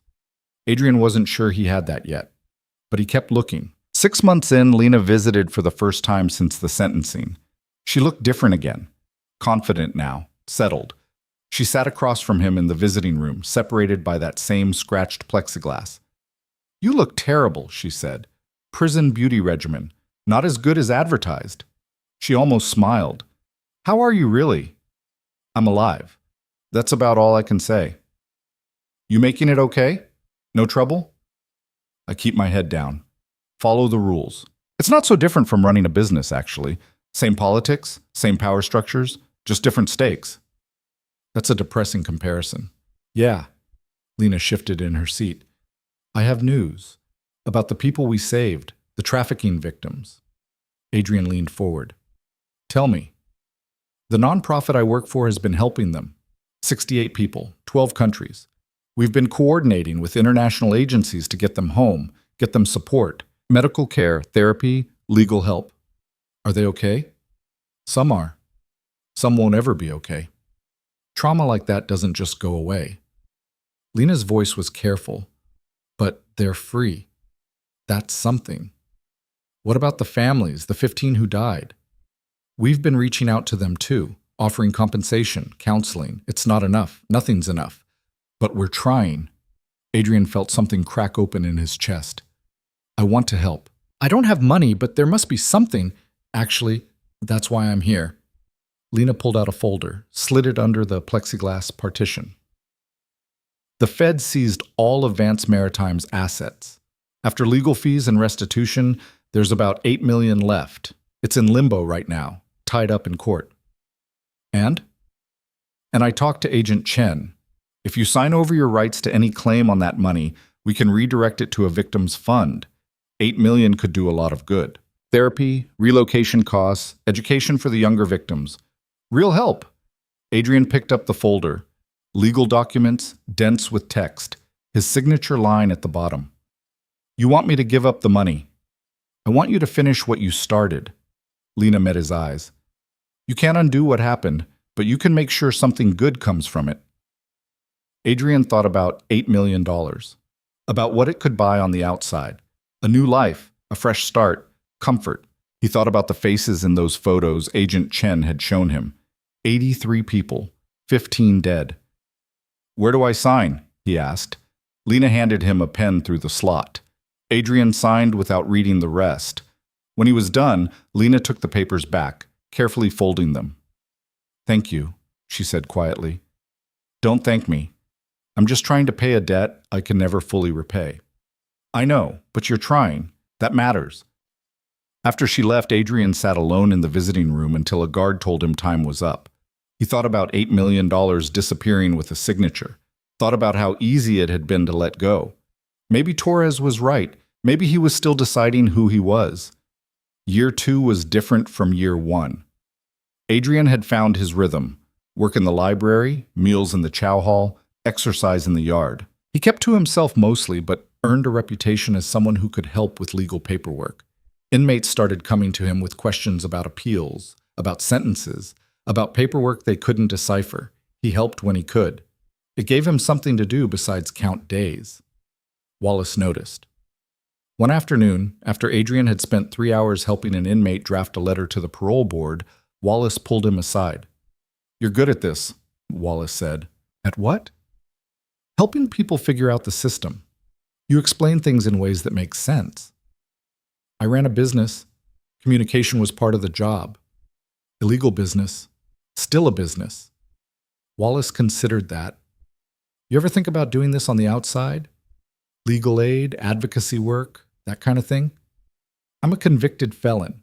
Nobody's going to hire me for legal work. Plenty of organizations hire people with records, especially people who understand the system from the inside. You got 8 years, maybe less with parole. Think about what comes after. Adrian had been trying not to think about after. After felt impossibly far away. But Wallace's words stuck with him. That night, lying in his bunk, Adrian started imagining it. A job helping people navigate the legal system. Maybe working with former inmates or trafficking victims, or people caught in the same traps he'd fallen into. It wasn't redemption. Nothing could be redemption. But it was purpose. And maybe that was enough. In his 3rd year, Marcus died. Adrian found out through the prison grapevine before any official notification came. Heart attack, someone said. Marcus had been in a federal facility in California, higher security than Sheridan.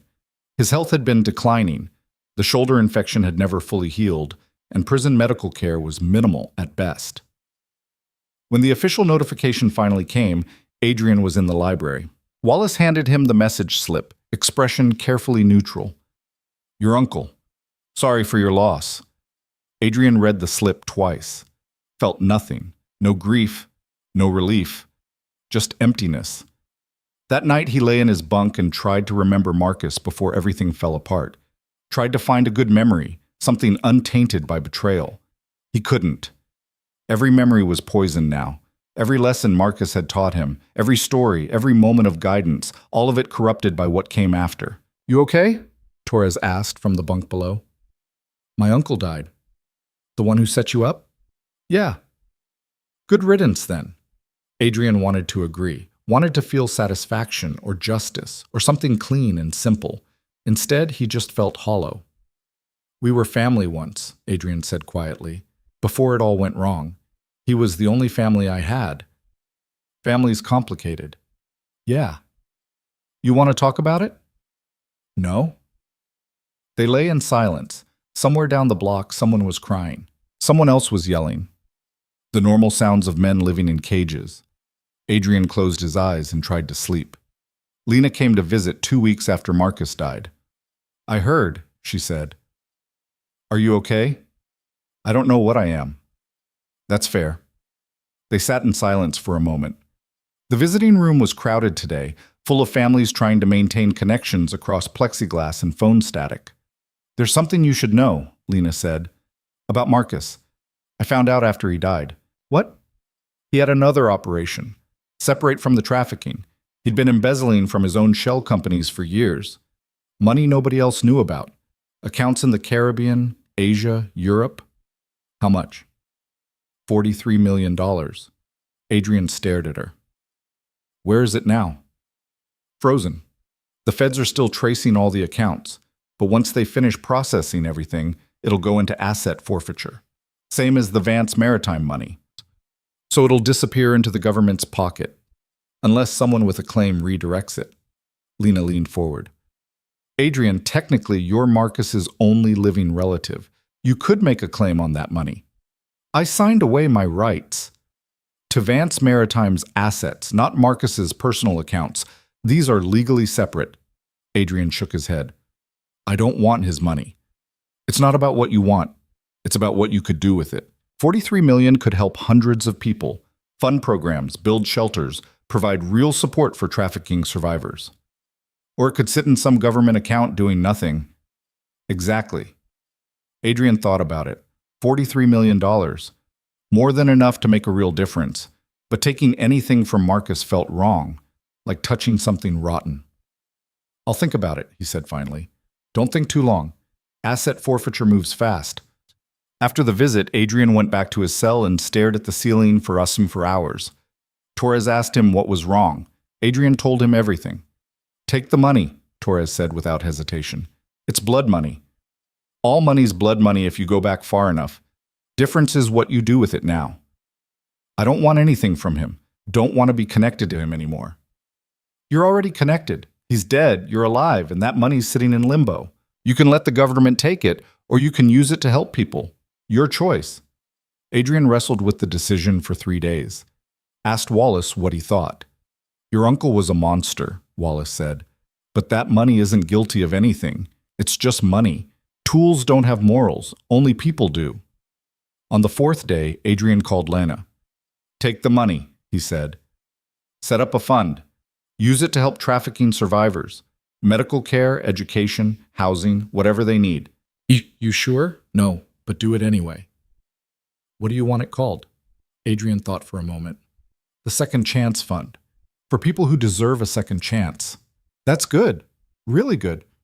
Yeah. The paperwork took months to process, but eventually the money transferred. $43 million redirected from Marcus's corruption into something useful, something clean. It didn't erase what Marcus had done, didn't bring back the 15 who died, but it was something. Year 4 brought parole eligibility. Adrian met with the parole board on a cold morning in November. They sat across a table from him, 3 people with clipboards and tired expressions, and asked him questions he'd been preparing to answer for months. Why should they release him early? What had he learned? What would he do on the outside? Did he feel remorse? Adrian answered honestly. Said he'd learned that power without accountability was poison, that comfort without conscience was worthless, that he'd spent 4 years thinking about the people hurt by his choices and would spend the rest of his life trying to balance the scales. "And what will you do if we grant parole?" one of the board members asked. "Work with trafficking survivors, help them navigate the legal system, access resources. Use what I know to help people who've been hurt by people like me." People like you? Criminals. People who put profit over humanity. The board deliberated for an hour. When they called Adrian back in, their expressions told him nothing. "We're denying parole at this time," the chairwoman said. "You've made progress, Mr. Vance, but 4 years isn't enough given the severity of your crimes. We recommend you reapply in 2 years. Adrian nodded. He'd expected this. Hoped otherwise, but expected it. 2 more years. He could do 2 more years. Back in his cell, Torres tried to cheer him up. 2 years is nothing. You've already done 4. What's 2 more? 730 days. Don't count them. You'll go crazy. Probably too late for that. But Torres was right. The days passed. Adrian worked in the library, helped inmates with their cases, read everything Wallace recommended. He took classes, business ethics, which was darkly funny given his history, psychology, conflict resolution. Lena visited every few months, brought updates about the fund, about the survivors, about the programs they were building. The money was making a difference. Real, measurable difference. "We've helped 89 people so far," Lena told him during one visit. "The original 68, plus 21 more we've identified from other operations. We're providing therapy, job training, housing assistance. One woman just graduated college. Full scholarship." "That's good," Adrian said. "Really good.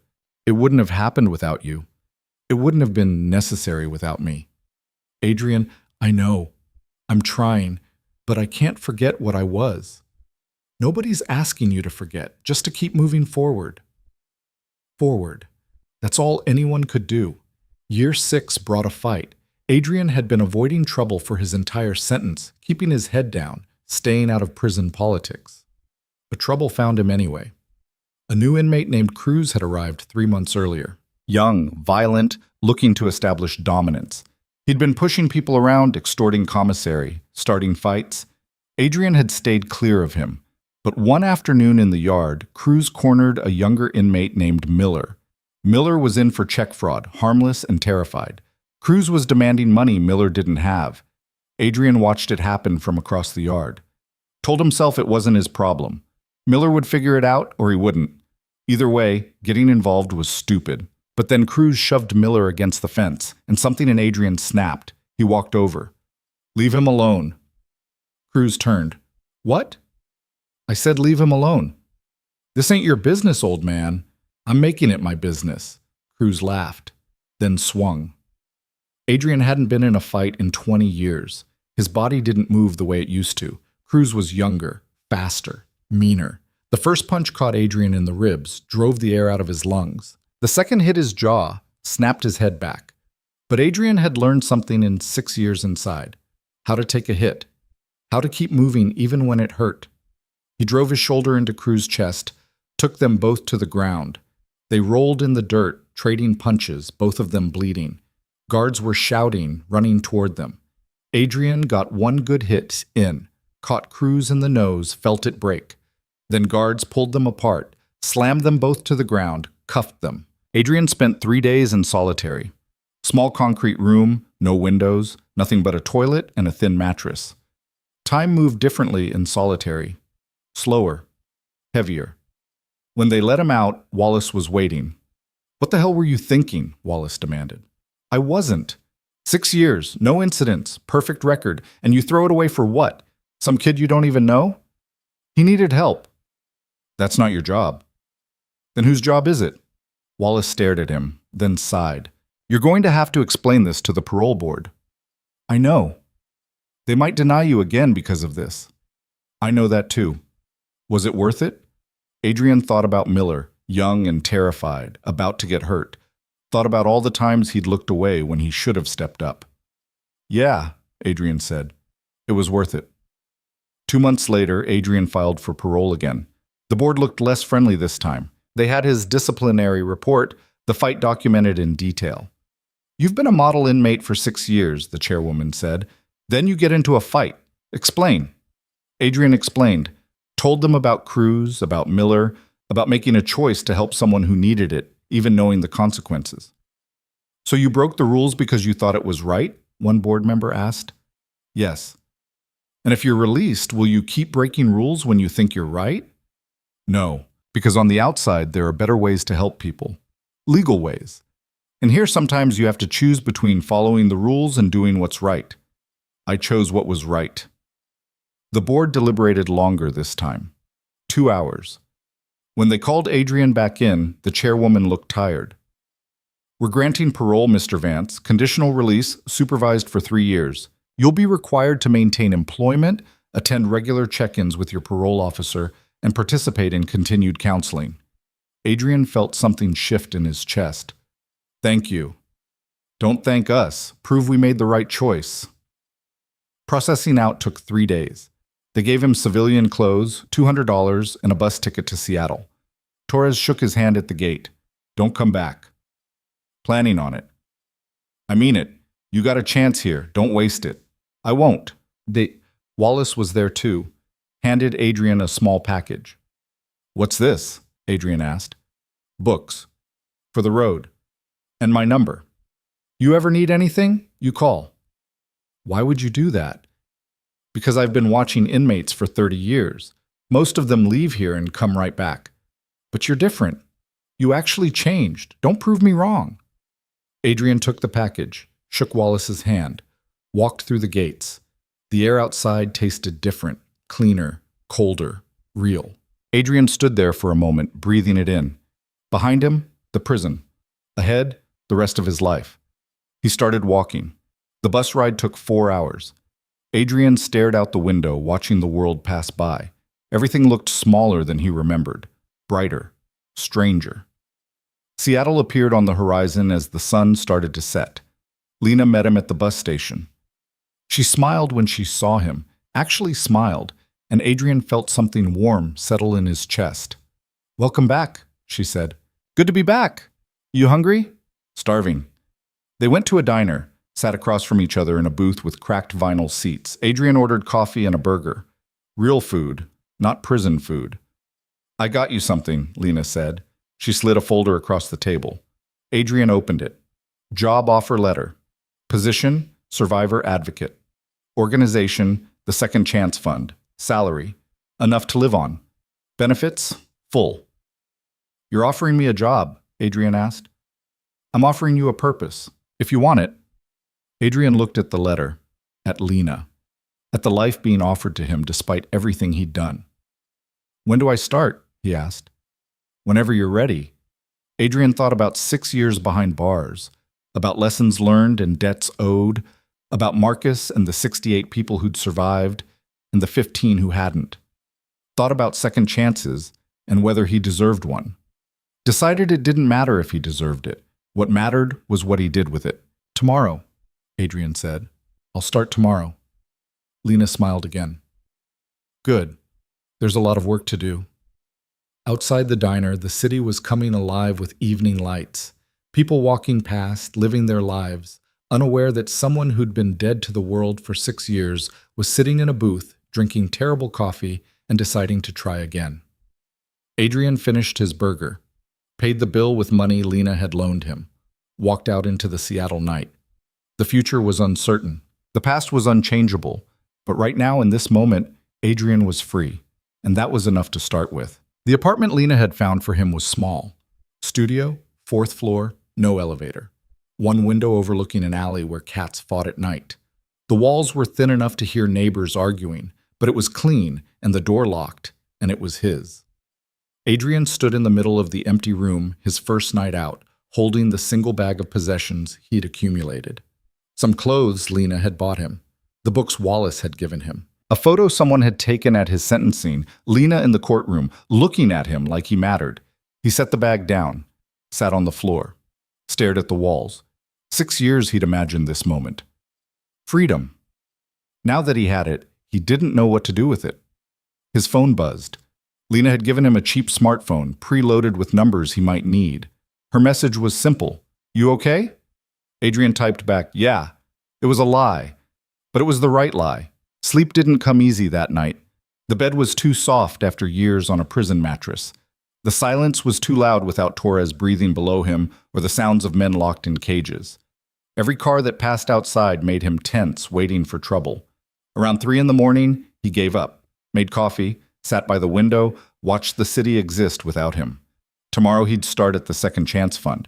Tomorrow he'd begin trying to repay debts that could never be fully repaid. But tonight, he was just a man sitting alone in an empty apartment, trying to remember how to be human. The Second Chance Fund operated out of a converted warehouse in South Seattle. Lena had shown him the space before. Open floor plan, desks scattered throughout, walls covered in photos of people they'd helped. Survivors who'd rebuilt their lives, started businesses, gone to school, found safety. Adrian arrived 15 minutes early his first day, stood outside for 5 minutes gathering courage, then walked in. The office was already busy. People on phones, typing at computers, moving with purpose. Lena saw him and waved him over to a desk near the window. "This is yours," she said. "Computer, phone, files on current cases. You'll be working intake mostly, talking to survivors, helping them navigate resources, connecting them with services. I don't have any training." "You have 6 years of navigating a system designed to break people. That's training." Lena pulled out a folder. "Start with this one. Maria Santos, 23, from Honduras. She was trafficked through the same network Marcus ran, rescued 8 months ago. She's been having trouble getting her visa extended." Adrian took the folder. Inside were forms, letters from immigration attorneys, a photo of a young woman with old eyes. "What does she need?" Adrian asked. "Someone to help her understand the process, someone who won't treat her like a case number. Think you can do that?" "I can try." Maria came in that afternoon, small, nervous, wearing clothes that looked borrowed. She sat across from Adrian's desk and wouldn't make eye contact. Adrian introduced himself, explained his role, tried to sound reassuring. "I don't understand the papers," Maria said quietly. Her English was heavily accented but clear. "They say I must leave in 30 days if I don't file something, but I don't know what to file." Adrian looked through her immigration paperwork. It was dense, confusing, designed to be incomprehensible to anyone without a law degree. "You need a T visa," Adrian said, "for trafficking survivors. It lets you stay in the country, work legally, but the application is complicated." "I have no money for lawyer." "We have lawyers who work with us. They'll help you for free." Maria looked up then, hope and disbelief fighting in her expression. "Free?" "Free." Over the next hour, Adrian walked her through the process, explained each form, each requirement, connected her with an attorney from their partner organization, set up appointments, made sure she had transportation. When Maria left, she shook his hand. "Thank you. Nobody has helped me like this before." After she was gone, Adrian sat at his desk feeling something he hadn't felt in years. Useful, like his existence had a point beyond punishment. Lena stopped by his desk. "How'd it go?" "Good, I think. She needs a lot of help." "They all do. That's why we're here." Adrian looked around the office, at people working, phone conversations happening, lives being saved one case at a time. This is what you've been building, he said.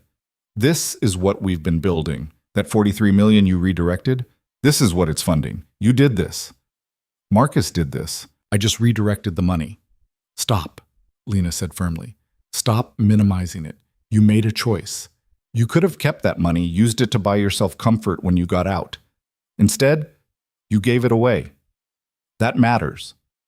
Adrian wanted to argue, wanted to say that one good choice didn't erase years of bad ones, but Lena was looking at him with an expression that said she wouldn't accept deflection. Okay, he said, I'll try to own it. Good. The first month was hard. Adrian struggled with the basics of normal life. Grocery shopping felt overwhelming, too many choices, too much stimulation. Riding the bus made him anxious, too many people, too close. He'd been conditioned to small spaces, routine, walls. His parole officer, a woman named Diaz, checked on him weekly, asked the required questions. How's the job? Any substance use? Any contact with known criminals? Are you attending counseling? Adrian attended counseling because it was required. The therapist, Dr. Kim, was patient with his resistance to talking about feelings. You've been through significant trauma, Dr. Kim said during their third session. Prison, betrayal by family, the loss of your former identity. That's not something you just move past. I'm not looking to move past it. I'm looking to live with it. That's actually healthy. But living with it means processing it, not just carrying it around like dead weight. Adrian didn't know how to process 6 years of punishment and guilt, didn't know how to separate what he deserved from what he'd learned. But he kept showing up to sessions, kept trying. Work became his anchor. Every day, new cases. People who needed help navigating bureaucracy, accessing medical care, finding housing. Adrian learned quickly that his background, both in business and in the criminal justice system, gave him insight most advocates didn't have. He knew how to read the subtext in legal documents, knew how to negotiate with agencies that didn't want to cooperate, knew how to find the loopholes, the exceptions, the ways to make systems work for people instead of against them. 2 months in, he helped a woman named Kai get her stolen wages recovered from a labor trafficking operation. The employer claimed she'd never worked there. Adrian found shipping manifests showing her signature, time cards the employer had forgotten to destroy. $8,000 recovered. Enough for Kai to get an apartment, start over. 3 months in, he testified as an expert witness in a trafficking case. Explained to the jury how networks operated, how money moved, how victims were controlled. The defendants were convicted, 15 years each. 4 months in, Lena promoted him to senior advocate. You've helped 43 people in 4 months, she said. That's more than most advocates do in a year. I'm just doing the work. You're doing it well. But the guilt never left. Adrian would lie awake at night thinking about the 15 people who'd died. About the years he'd spent facilitating crime while telling himself it didn't matter. About all the people hurt by his choices before he finally decided to stop. No amount of good work erased that. Dr. Kim told him that wasn't the point. You're not trying to erase the past. You're trying to build something new alongside it. Both things can be true. You caused harm, and now you're preventing harm. Hold both. Adrian tried. 6 months after his release, Ray visited the office. Adrian hadn't seen him since the sentencing. Ray looked older, tired. He stood awkwardly by the door until Adrian waved him over. Hey, boss. I'm not your boss anymore. Yeah, I know. Ray sat down. I wanted to see how you were doing, see if you were actually out here helping people, or if it was just something you said in court. It's real. Ray looked around the office, at the photos on the walls, the busy advocates, the purpose in the air. This is good, Ray said. What you're doing, it's good. What about you? What are you doing? Working construction, legit work, nothing shady. My wife's happy about that. Kids are doing okay? We're making it. I'm glad. They sat in silence for a moment. Then Ray said, I think about them sometimes. The people Marcus hurt. The ones we didn't know about when we were just moving cargo. Me too. You think we can ever make up for that? No, Adrian said honestly, but we can try to make sure it doesn't keep happening. Ray nodded, stood to leave, then hesitated. You know, when you called me from jail, told me to testify. I was pissed, thought you were just trying to drag me down with you. I know. But you weren't. You were trying to save me. Give me a way out before it was too late. Did it work? Yeah, it worked. Ray extended his hand. Thank you. They shook. Then Ray left, disappearing back into the life he was building. Adrian went back to work. 8 months in, Adrian met someone who would change everything. Her name was Sophia Chen. No relation to Agent Chen, she explained immediately. She'd been trafficked from Taiwan 5 years ago, escaped on her own, spent 2 years hiding before finding help. Now she was a volunteer at the fund, helping with translation services for Mandarin speakers. She was smart, funny, and completely unimpressed by Adrian's attempts to keep everyone at arm's length. You do that thing, she said one day over lunch. What thing?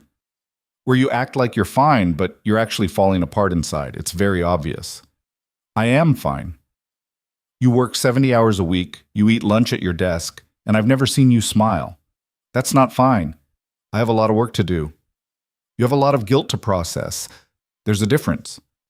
Adrian set down his sandwich. You don't know what you're talking about. I was sold to a massage parlor when I was 19. Kept prisoner for 3 years.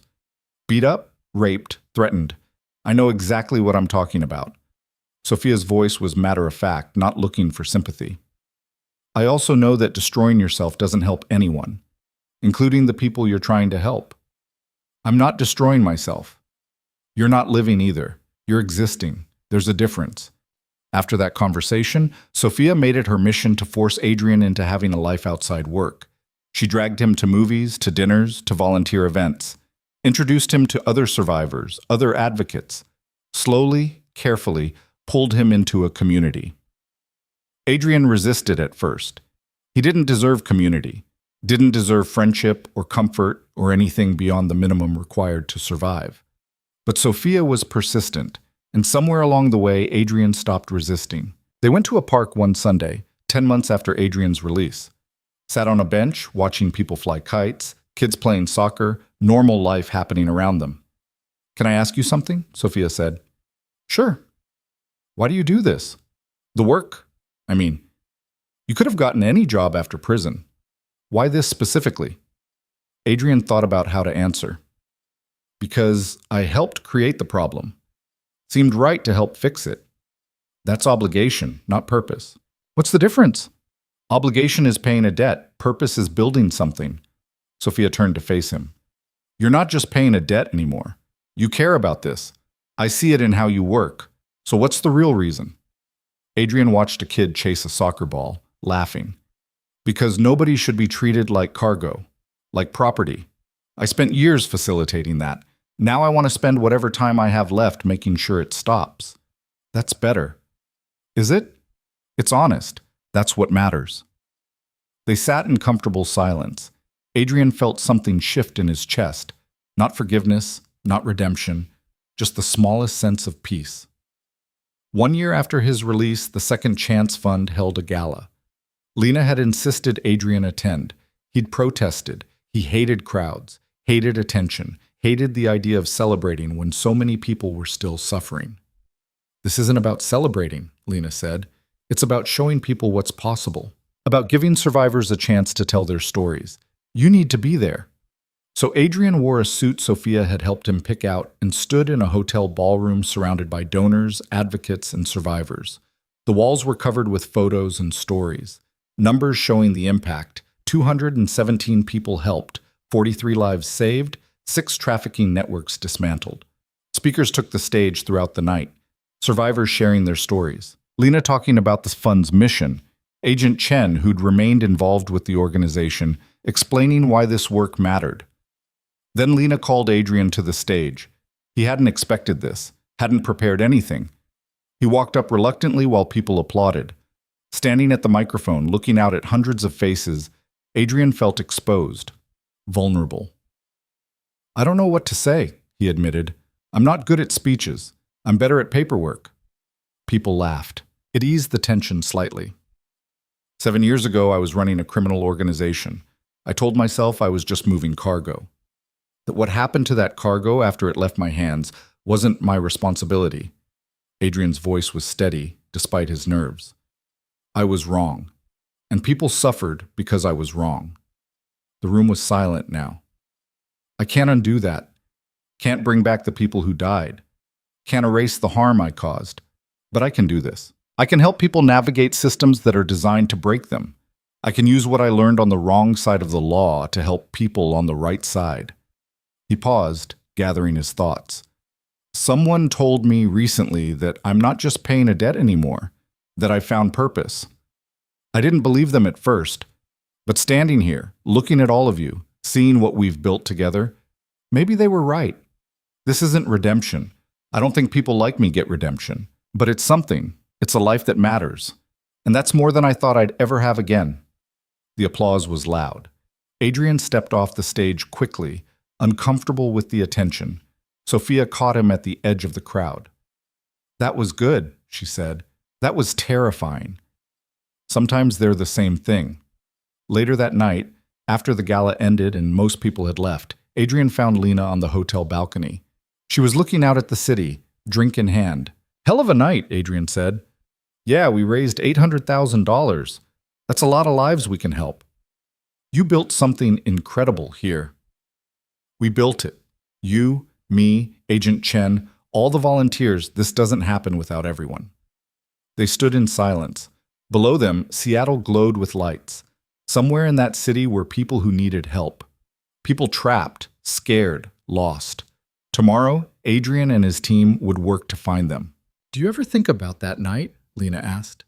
In the tower, when I burst through the door to stop you from signing? All the time. What would have happened if I hadn't shown up? I'd be in prison for life. Marcus would have taken over everything. People would still be suffering.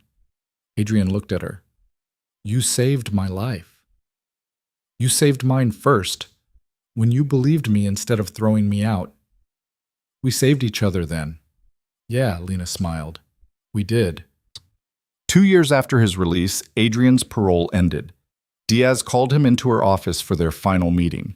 She looked over his file, nodded with what might have been approval. You fulfilled all requirements. No violations, steady employment, clean drug tests. You're done. That's it? That's it. You're a free man. No more check-ins, no more restrictions. How does it feel? Adrian thought about it. Strange. I got used to the structure, knowing someone was watching. You don't need someone watching. You're doing the work because you want to, not because you're required to. Diaz closed his file. I've been doing this job for 15 years. Most people I supervise either violate within 6 months or they just coast through doing the minimum. You're different. You actually changed. Trying to. Trying is what matters. She stood, extended her hand. Good luck, Mr. Vance. They shook. Adrian walked out of the parole office for the last time. That night, Sophia took him to dinner, celebratory, she insisted, a marker of moving forward. They went to a quiet restaurant, sat in a corner booth, ordered wine. Adrian still wasn't used to alcohol after years without it. How does freedom feel? Sophia asked. I'm not sure. I've been free for 2 years. This just makes it official. But it's different. Now there's nothing hanging over you, no supervision. You can go anywhere, do anything. I'm going to keep doing what I'm doing. I know, but you could do more now. Lena mentioned she wants you to start training new advocates, teaching them what you know. Adrian considered that. Teaching, that's a strange thought.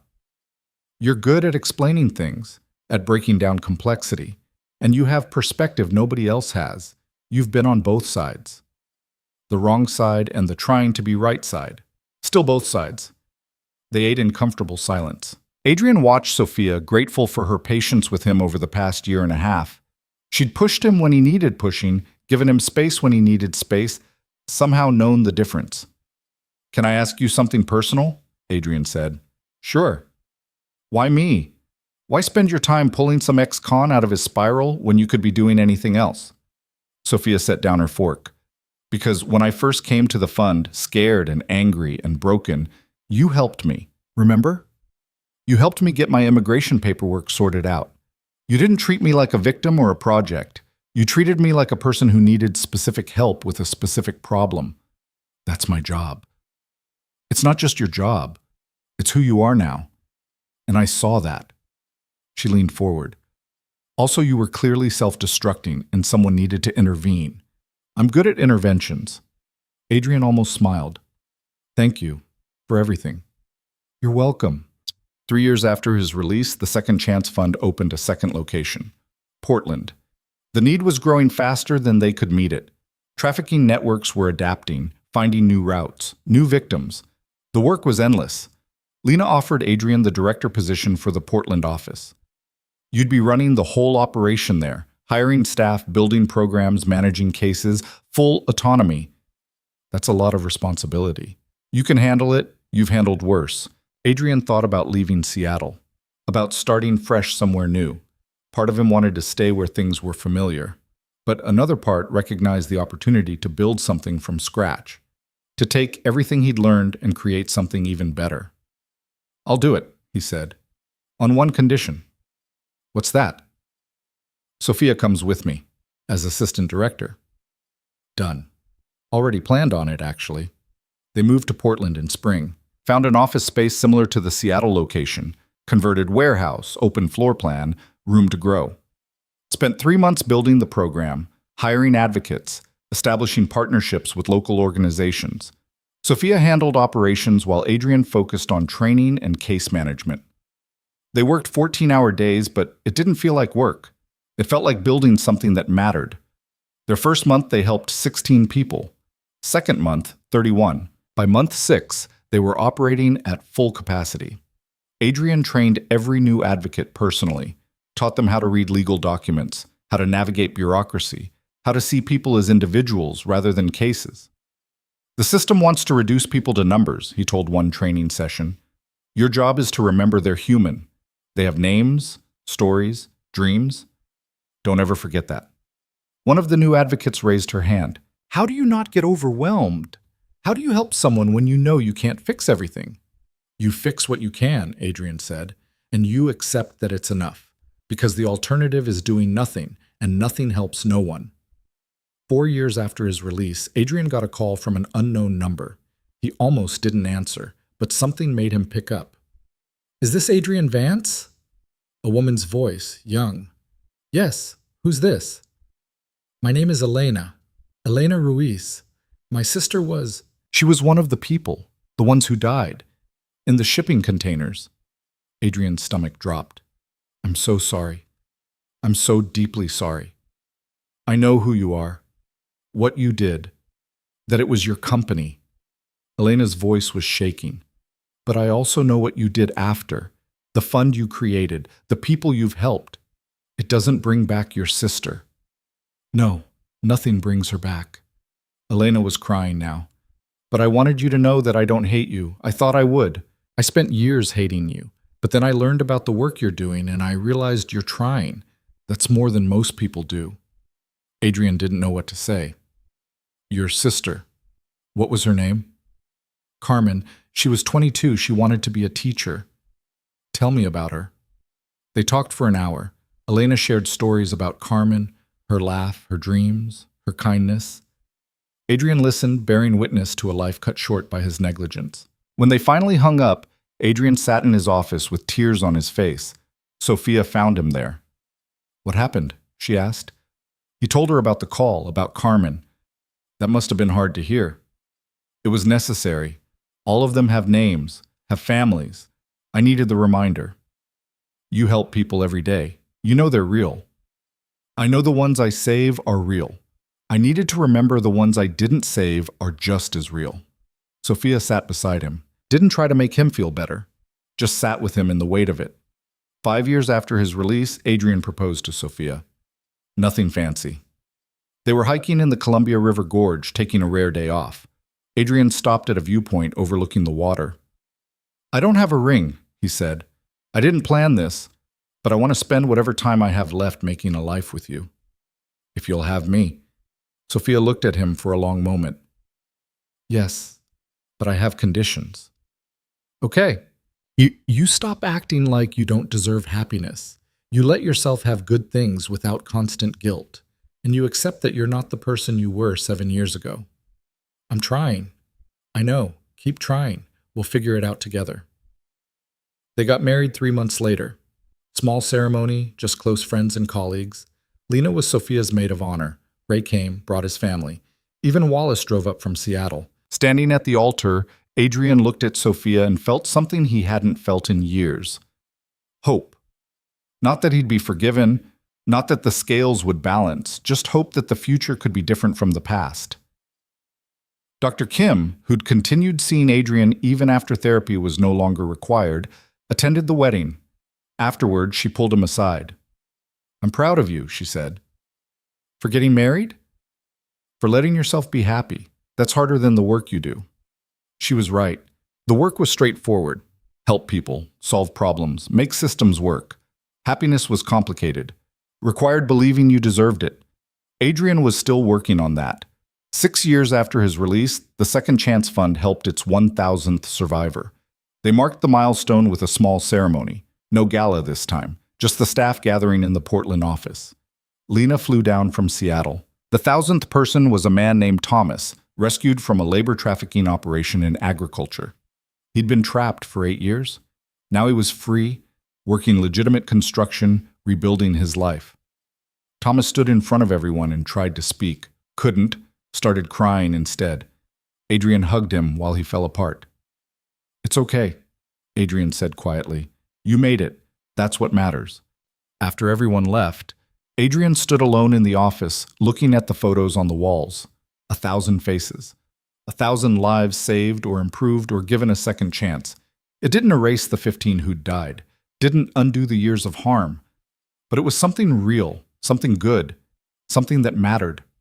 Lena found him there. "What are you thinking about?" "Marcus? He's been dead 4 years. Sometimes I still hear his voice in my head." "What does it say?" "That I'm wasting my time. That none of this matters in the grand scheme. That the world will always have predators and prey." "And what do you say back?" "That maybe he's right, but I'm going to keep doing this anyway." Lena smiled. "Good answer." 7 years after his release, on the anniversary of that night in the tower when everything changed, Adrian visited the spot where they'd arrested Marcus. The cabin was still there, abandoned now. The forest had reclaimed parts of it. Adrian stood where he had stood when Marcus had pointed a gun at him, where Lena had fired the shot that changed everything. 7 years. He was 45 years old, had spent 6 years in prison and 7 years trying to build something better. 13 years total shaped by one moment of choice. His phone buzzed. Sophia checking on him. He texted back that he was fine, would be home soon. Adrian took one last look at the cabin, then turned and walked back to his car. Back to his life. Back to the work. The guilt would never fully leave. The weight of what he'd done, what he'd enabled, would always be there. But he'd learned to carry it, to let it drive him forward instead of pulling him down. That night, he lay in bed next to Sophia in the home they'd made together. Small house in Portland, nothing fancy. Garden in the back that Sophia had planted. Photos on the walls of people they'd helped, places they'd been. A life built from ruins. "You okay?" Sophia asked, half asleep. "Yeah, I am. Today was hard. The anniversary. It was. But I'm okay." She took his hand. They lay in comfortable silence. Adrian thought about the boy he'd been, the man he'd become, the person he was still becoming. Thought about Marcus and his father and all the ways families could poison you. Thought about Lena and her courage. About the 68 people who'd survived and the 15 who hadn't. Thought about the 1,000 more who'd found help because he'd chosen to stop running. The scales didn't balance. They never would. But he'd spent 7 years trying anyway. Would spend the rest of his life trying. That was all anyone could do. Try. Choose better. Build something good from the wreckage of what came before. Outside, the city slept. Tomorrow, more people would need help. More systems to navigate, more battles to fight, more lives to save or improve or give another chance. Adrian would be there. He'd keep showing up, keep fighting, keep trying to make the ledger less unbalanced, even though it would never be even. Not redemption, not forgiveness, just purpose, just work, just a life that mattered. In the darkness, holding Sophia's hand, Adrian finally felt something like peace. The past was unchangeable, the future was uncertain. But right now, in this moment, he was exactly where he needed to be, doing the work that needed doing. living a life that counted. Making sure that the signature he had almost signed 7 years ago, the one that would have destroyed everything, had instead become the moment everything began. Not an ending, a beginning, and that was enough.